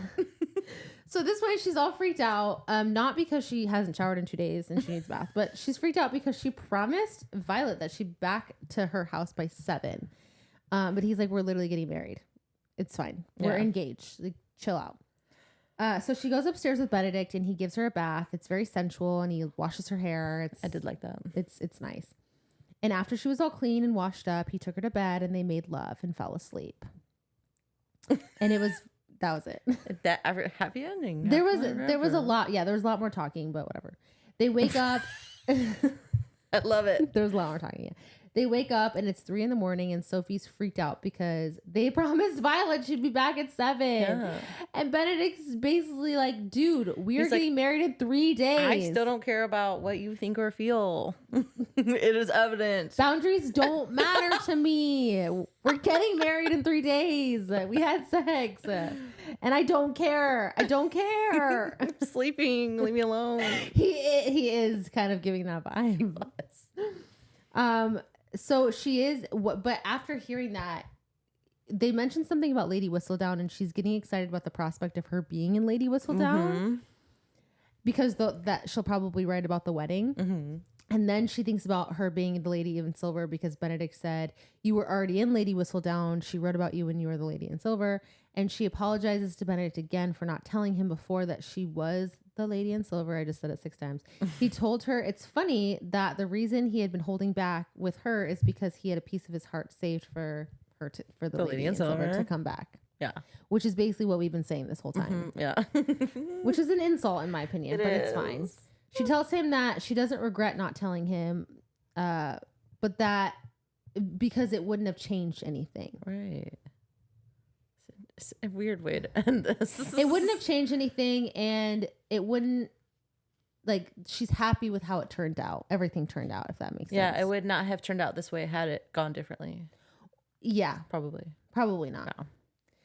It's overall a decent moment. He tells her again how much he loves her and reassures her of what she needs to hear to comfort her in that moment. Decent.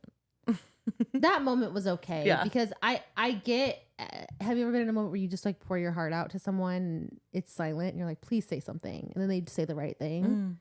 That was kind of one of those moments. Yeah. Have I ever had that? I don't know. Okay. Okay. Don't feel bad for me. No, I can't. I'm fine. I don't know if that's a good thing or a bad thing. I don't know if having one of those moments is like a good thing or a bad thing. Okay. Epilogue 1. Lady Whistledown reports that it's Lady Violet's birthday and everyone's gathered around to celebrate her. Now we are at Benedict and Sophie, and they are running around playing adult tag. And Francesca,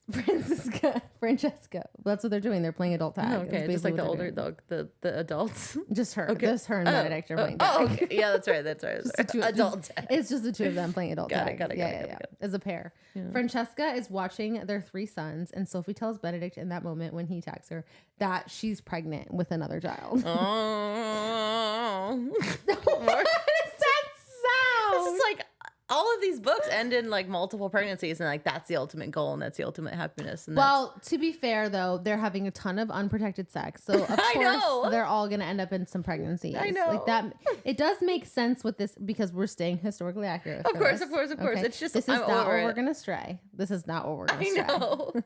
It's only gonna be Eloise talking about education. Okay. All right. Okay, if I get that in my head, I think I can enjoy the next book. Yeah, that we're gonna be completely historically accurate. Just, yeah. Except for like when you don't expect it. Yeah, I'll just accept it. Yeah, agreed. Okay. I've expected that like it's never going to be the way that I think it's going to be, or really that I want it to be. Truly. So it's just like, what's the point? Yeah. Just go with it. I don't even care anymore. Just read it, and just after that, just read it. 100%. 100%. You just read it and you read it and you think about it. You feel what you feel and you read it and you're done reading it and then you're like, okay. And then you listen to us and then you move on to the next book. Yeah. And you realize, okay, I've read it. I've listened. I'm done. I had feelings. Then, my feelings were feelings. They were valid and they were feelings. Yep. And it was historically accurate. According to Julia Quinn. I don't know. The historian, Julia Quinn. According to history. Who has a degree in history. Probably. We'll have to do some research. No, it's not probably the case. No, I won't. I won't either. Okay, so she believes that she's having a girl. Well, and she also wants it to be a girl. She's been saying that for the last 3 yeah, years. they have 3 boys, right? Yeah. She wants to wait to tell anyone because she wants to see how long it'll take Lady Whistledown to report on it. She's obsessed with being in Lady Whistledown. Yeah, she knows exactly how many times. It was like 220. Like it was a lot. Like she knew how many times she was in It was a ridiculous number. Oh, was it more than 200? Like 1,000. Oh my God, that actually is a lot. Let me look. They decide they're going to name the child Violet if it's going to be a girl. Now, so now we're at Lady Whistledown. She's beginning to write her next column and she puts the pen, and decides it's time for her to live her life. She's been writing about other people for far too long. They did set up Colin and Penelope pretty well. Yeah. That was the end, right? That was end the epilogue. First epilogue, yeah. The first this is the shortest epilogue out of all the series. It was 5 pages. It was my favorite. It was for me too. Because it was so short and sweet and to the point. And I do love that they set up that whole thing with Colin and Penelope. I did like because we didn't get anything like that with other characters in any of the books. No. And this also the second epilogue with Posey was far too long, but I did like that it was about Posey. I really liked it actually. I liked it, but it was so long. It was long. I think I shortened it pretty good. I actually Cool. So this epilogue is about Posey and her love story. Posey is 25 and she still hasn't found anyone yet. She's living with Lady Bridgerton and it's the end of her like however many London seasons, like 6 or 7 that you get London before you're a seasons. spinster. No, just out of all of them. But they don't count this one as they say, it's as if you were 21 in the marriage market because your first couple years didn't count because Araminta spent 0 time on you. She didn't spend any money on you. She didn't care about you. Yeah. So really those years didn't count. That was so nice of everyone. 100%. She hasn't really talked to her mother or her sister except basically by like pass-by comments. Sophie invites her to her house in the country where Benedict and Sophie live because they're not very active in society due to kind of still Sophie's had status. to live in the country. Yeah, because even though she was supposed to be like more respectable, the daughter, more respectable, she wasn't quite. She didn't make the cut. That it still wasn't good enough. But they kind of knew that was going to happen. Yeah, and also Sophie prefers the country. Yeah. And Benedict doesn't mind. And he also said he would have married her without that deal. 100%. So 100%. We'll move past it. Sophie's trying to figure out who would be a good match for Posey, and Benedict suggests the new vicar, Mr. Woodson. When Posey comes to visit, it's a surprise that Sophie also invited Mr. Woodson to come to tea. The new vicar. What's a vicar? Oh my God. Isn't it like a priest? I don't know. Oh yeah, they did mention they like talk about church. Like church. Yeah. Yeah. Okay, so in the Roman Catholic Church, it's a representative or a deputy of a bishop. Okay, what is a bishop? Oh, no. Okay. So it's like someone that's part of the church. So this is crazy because literally when they see each other, it's love at first sight. Mm-hmm. So much so that they begin making out within the first 5 minutes. They went for a walk in the garden, started making out. Yeah. Sophie and Benedict are obviously very proud of themselves for making this love match. Sophie more so than Benedict, but both of them. And the wedding between Posey and Mr. Woodson happens very quickly. They end up having 5 children, 2 boys and 3 girls. And the last girl, she ended up naming Araminta and nicknamed her Minty. Sophie was there during the birth, and they celebrate the new baby girl. They also mentioned how Eloise ends up with someone because she had some babies, and Sophie was there for yeah. Sophie was at her own births, was at every single one of Posey's births, and was at every single one of Eloise's births. Yeah. And it's she named her after Araminta, not like she didn't name her after her, she named it for her. Yeah, I feel like to change it. Yeah, like I feel like it was a way for her to heal. Yeah, that's what I got of it too. I highlighted it, see what it said. I'm not naming her for my mother. I'm naming her because of my mother. It's different. And Sophie's like, okay. Yeah, I understand it. I can't articulate it. Yeah. But I do understand it. I just read the book. I don't know if it was like the best idea. I don't know if like maybe I'd name a dog, but like I wouldn't name like a child just because there was such traumatic experiences. Like I it just doesn't wouldn't make any risk sense. It. Yeah, I wouldn't risk it. Silly. Yeah. All right, let's get this over with. All right. Okay. Quote of the week. Honest to God, like you're gonna think me crazy, but it really is this whole that when she punches Araminta, that Sophie Hiss is not for stealing my dowry. It's not for all the times you tried to boot me out of the house before my father died. It's not even for turning me into your personal slave. Sophie, Benedict said mildly, what then is it for? Sophie's eyes never wavered off of Araminta's face as she said, that was for not loving your daughters equally. Posey began to bawl. There is a special place in hell for mothers like you.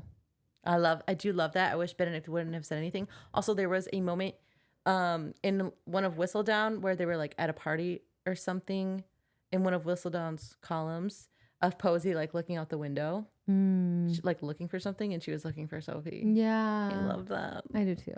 Mine was, unfortunately, I went a different route. Biscuits, on the other hand, I ponder endlessly. Oh my God. Because they did make a lot of references to Posey being, what did they say? Pleasantly plump? Pleasantly plump. And, you know, it's so interesting because I, honest to God, feel like in Posey's chapter, they talk about how her like relationship with food and how she thinks about food, even just in a very short interaction with her deciding how many biscuits to eat. And I just felt like it was so, for me, relatable as oh my God. hell. Yeah. I mean, that's why I picked it. Because if there's like cookies in my house and I'm like on the couch and it's been like hours since I've eaten, I'm just thinking about those cookies. Yeah, and rationalizing how many cookies you eat. Yeah. I've had 3, but what if I had 3 more? It's probably not good, but I'll have 1. If I had 1, I might as well have another. Yes, exactly. I might as well just have the 3rd, and then I have 3. I'll just have it. And then like all of a sudden, before you know it, you're picking up a 7th cookie. Like it's just all very, very relatable. Yeah. And yeah. So I relate to Posey in that way. 100%. Who would you be? Posey, probably. Same. Yeah. Pleasantly plump. She found the love of her life. 100%. Who would you want to be? God. Isn't this? It's so hard. No, I have not even thought about this. Hyacinth. Who would you want? A Hyacinth. Okay. At this point, yeah. That's a good one. Penelope. Oh yeah. Love her. Not after this though. Not after literally walking on the doorstep and hearing the love of your life say, I'm never planning on marrying her ever. That would be the worst thing I've ever heard in my life. Rethink it. Who would I want to be. God, none of them. Not Sophie. Not Benedict. No. Not Francesca or Hyacinth? Maybe Francesca. Or Or Eloise. Eloise is Yeah. a good one. Eloise Yeah. feels right. For sure. Eloise. Favorite character in the whole book? Oh my God. You're going to kill me for saying this. Araminta? No. That's the only one that I would kill you for. I just have said it I think almost every single thing. Violet. Oh, yeah. Yeah. I just think that her way of being able to read her children and anticipate their needs and be there for them is so iconic in every book, and I just love it. I love it too. And I love even like her conversation with Sophie when she was like I'm leaving, and she like offers to help her to leave. Yeah. That was so it just felt really genuine, which is interesting. She writes Violet really well. Oh my God. And so It's insane. All these other characters are just like it's her male eyebrow her male characters. It's honestly her male characters. Because it feels like her female characters are incredible. Oh my gosh. I love Sophie. I just wouldn't want her life. Yeah. I love Sophie. Truly. I just criticize her taste in men. Yes. Exactly. That's so interesting. I can't wait to read. Except for Daphne, of course. True. What's up with that? And that was the first one. Yeah. What the H? Yeah. My favorite character in the whole book. Did I say it? Yeah, no. What was it? I don't know. I didn't write any of these down. Violet's a good one. Just go with your gut. That's what I always do. Penelope. Okay. I love it. I love how she stands up for herself. I agree, actually. I do agree with that, actually. All right, least favorite character. You know what's so funny is like I know you're expecting me to say Araminta. Yeah. And she sucks. Yeah. But the prison guard was so annoying to me. The magistrate? Yeah. I couldn't handle him. I genuinely couldn't. And one, because whichever one slapped her on the butt was annoying. The whatever one like face planted her onto the pavement after like trying to catch her was so super annoying. And then it was so clear for me during the interaction that he really wanted to arrest Sophie, and he was trying to find any way, shape, or form for him to arrest Sophie. But like everything just wasn't adding up, and he couldn't at the end of the day. Because he was Does that like make sense? he was going back and forth between Araminta and like Sophie's story. He was like, oh, well, that makes sense. Oh, well, that also makes sense. So who am I arresting? Like, do I have to arrest anybody? But when it came to actually a crime being committed, Araminta like stealing, embezzling Sophie's dowry, he was like, I'm not arresting her. Yeah. Which I'm just like, you've been wanting to arrest someone, you've been itching to arrest people for 20 minutes. You're right. That whole scene sucked because of him. Yeah, I hated him. Oh my gosh. Okay, what do you rate this? 1 to 5 stars. I'm so interested to know. I'll be honest, it's so hard because I want to say a 1 because it's just so bad. But it was also bad in an entertaining way. So I'm going to say a 2.2. Okay. I agree. I went with 2 because it was really bad. But it's like also like watching a car crash. Like you can't look away. 100%. And also there are some things that are written really well. Yeah. There were less things written well in this my book. opinion. Agreed. But there are some things that like keep you coming back. Yeah. Because we were reading all of the rest of the books. It really was. It was almost like reading a gossip column that I just couldn't stop turning. I was invested, but not for the reasons that she wanted you to be invested. Does that make sense? Exactly. Yeah. I'm like, oh, maybe Benedict will he's gonna save Sophie from Cavender, and he's gonna like murder somebody, and they have to hide their bodies and run and get on the run. Yeah. Oh, I thought that he was gonna find out that Sophie was the lady in silver because she says something, that she said during the thing, or the first time they kissed, and like, oh my god, yeah. Oh my god, nope. No. She had to have a blindfold. He realized after the 400th time that he's been comparing the two, or been thinking about the two at the same time, that maybe they're the same person. It was something physical. It was. It really was. Yeah. Oh my gosh. I mean, it seriously had to just be smack dab in the front of his face. Oh my god! Like it's ridiculous. That was so annoying. But honestly, that is kind of relatable for men, though. It's true. Yeah, they are very physical beings. So I guess that is fairly. It's historically accurate, according to you. According to Julia Quinn. Julia Quinn. Julia Quinn. So sorry. I didn't mean to slander you. All right. I want to be done with this. So I think that wraps it up pretty well, though.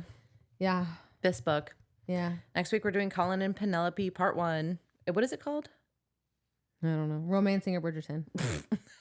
You said that in the same sentence. Same breath. I know. Romancing Mr. Bridgerton. Romancing Mr. Bridgerton, maybe. I think it might be Mr. Bridgerton. Okay. Well, we all know. We'll let you know. You guys all know. Yeah. I don't know what chapter we're reading through. We'll figure that out. So it'll probably be like 12 or 13 again. Yeah. But yeah, after that, we are going to continue the rest of the series. I think we decided. We did, yeah. So we're going through 5 through 8. We're going to do the whole thing. I felt irresponsible to just stop midway through. Yeah. And like I said, they are interesting in a way that is unexplainable. It's interesting in a way of like when I watch Real Housewives of anything. Like Orange County or... I feel like those are more interesting. What? Real Housewives? I disagree. I've never seen it though, to be fair. It's I have similar. no idea It's just relatable everyday, women, rich people problems. And that's what this is. Oh, it's true. rich people in this I just wish it was like problems. more drama. I kind of like it. I kind of like it because it's not over the top.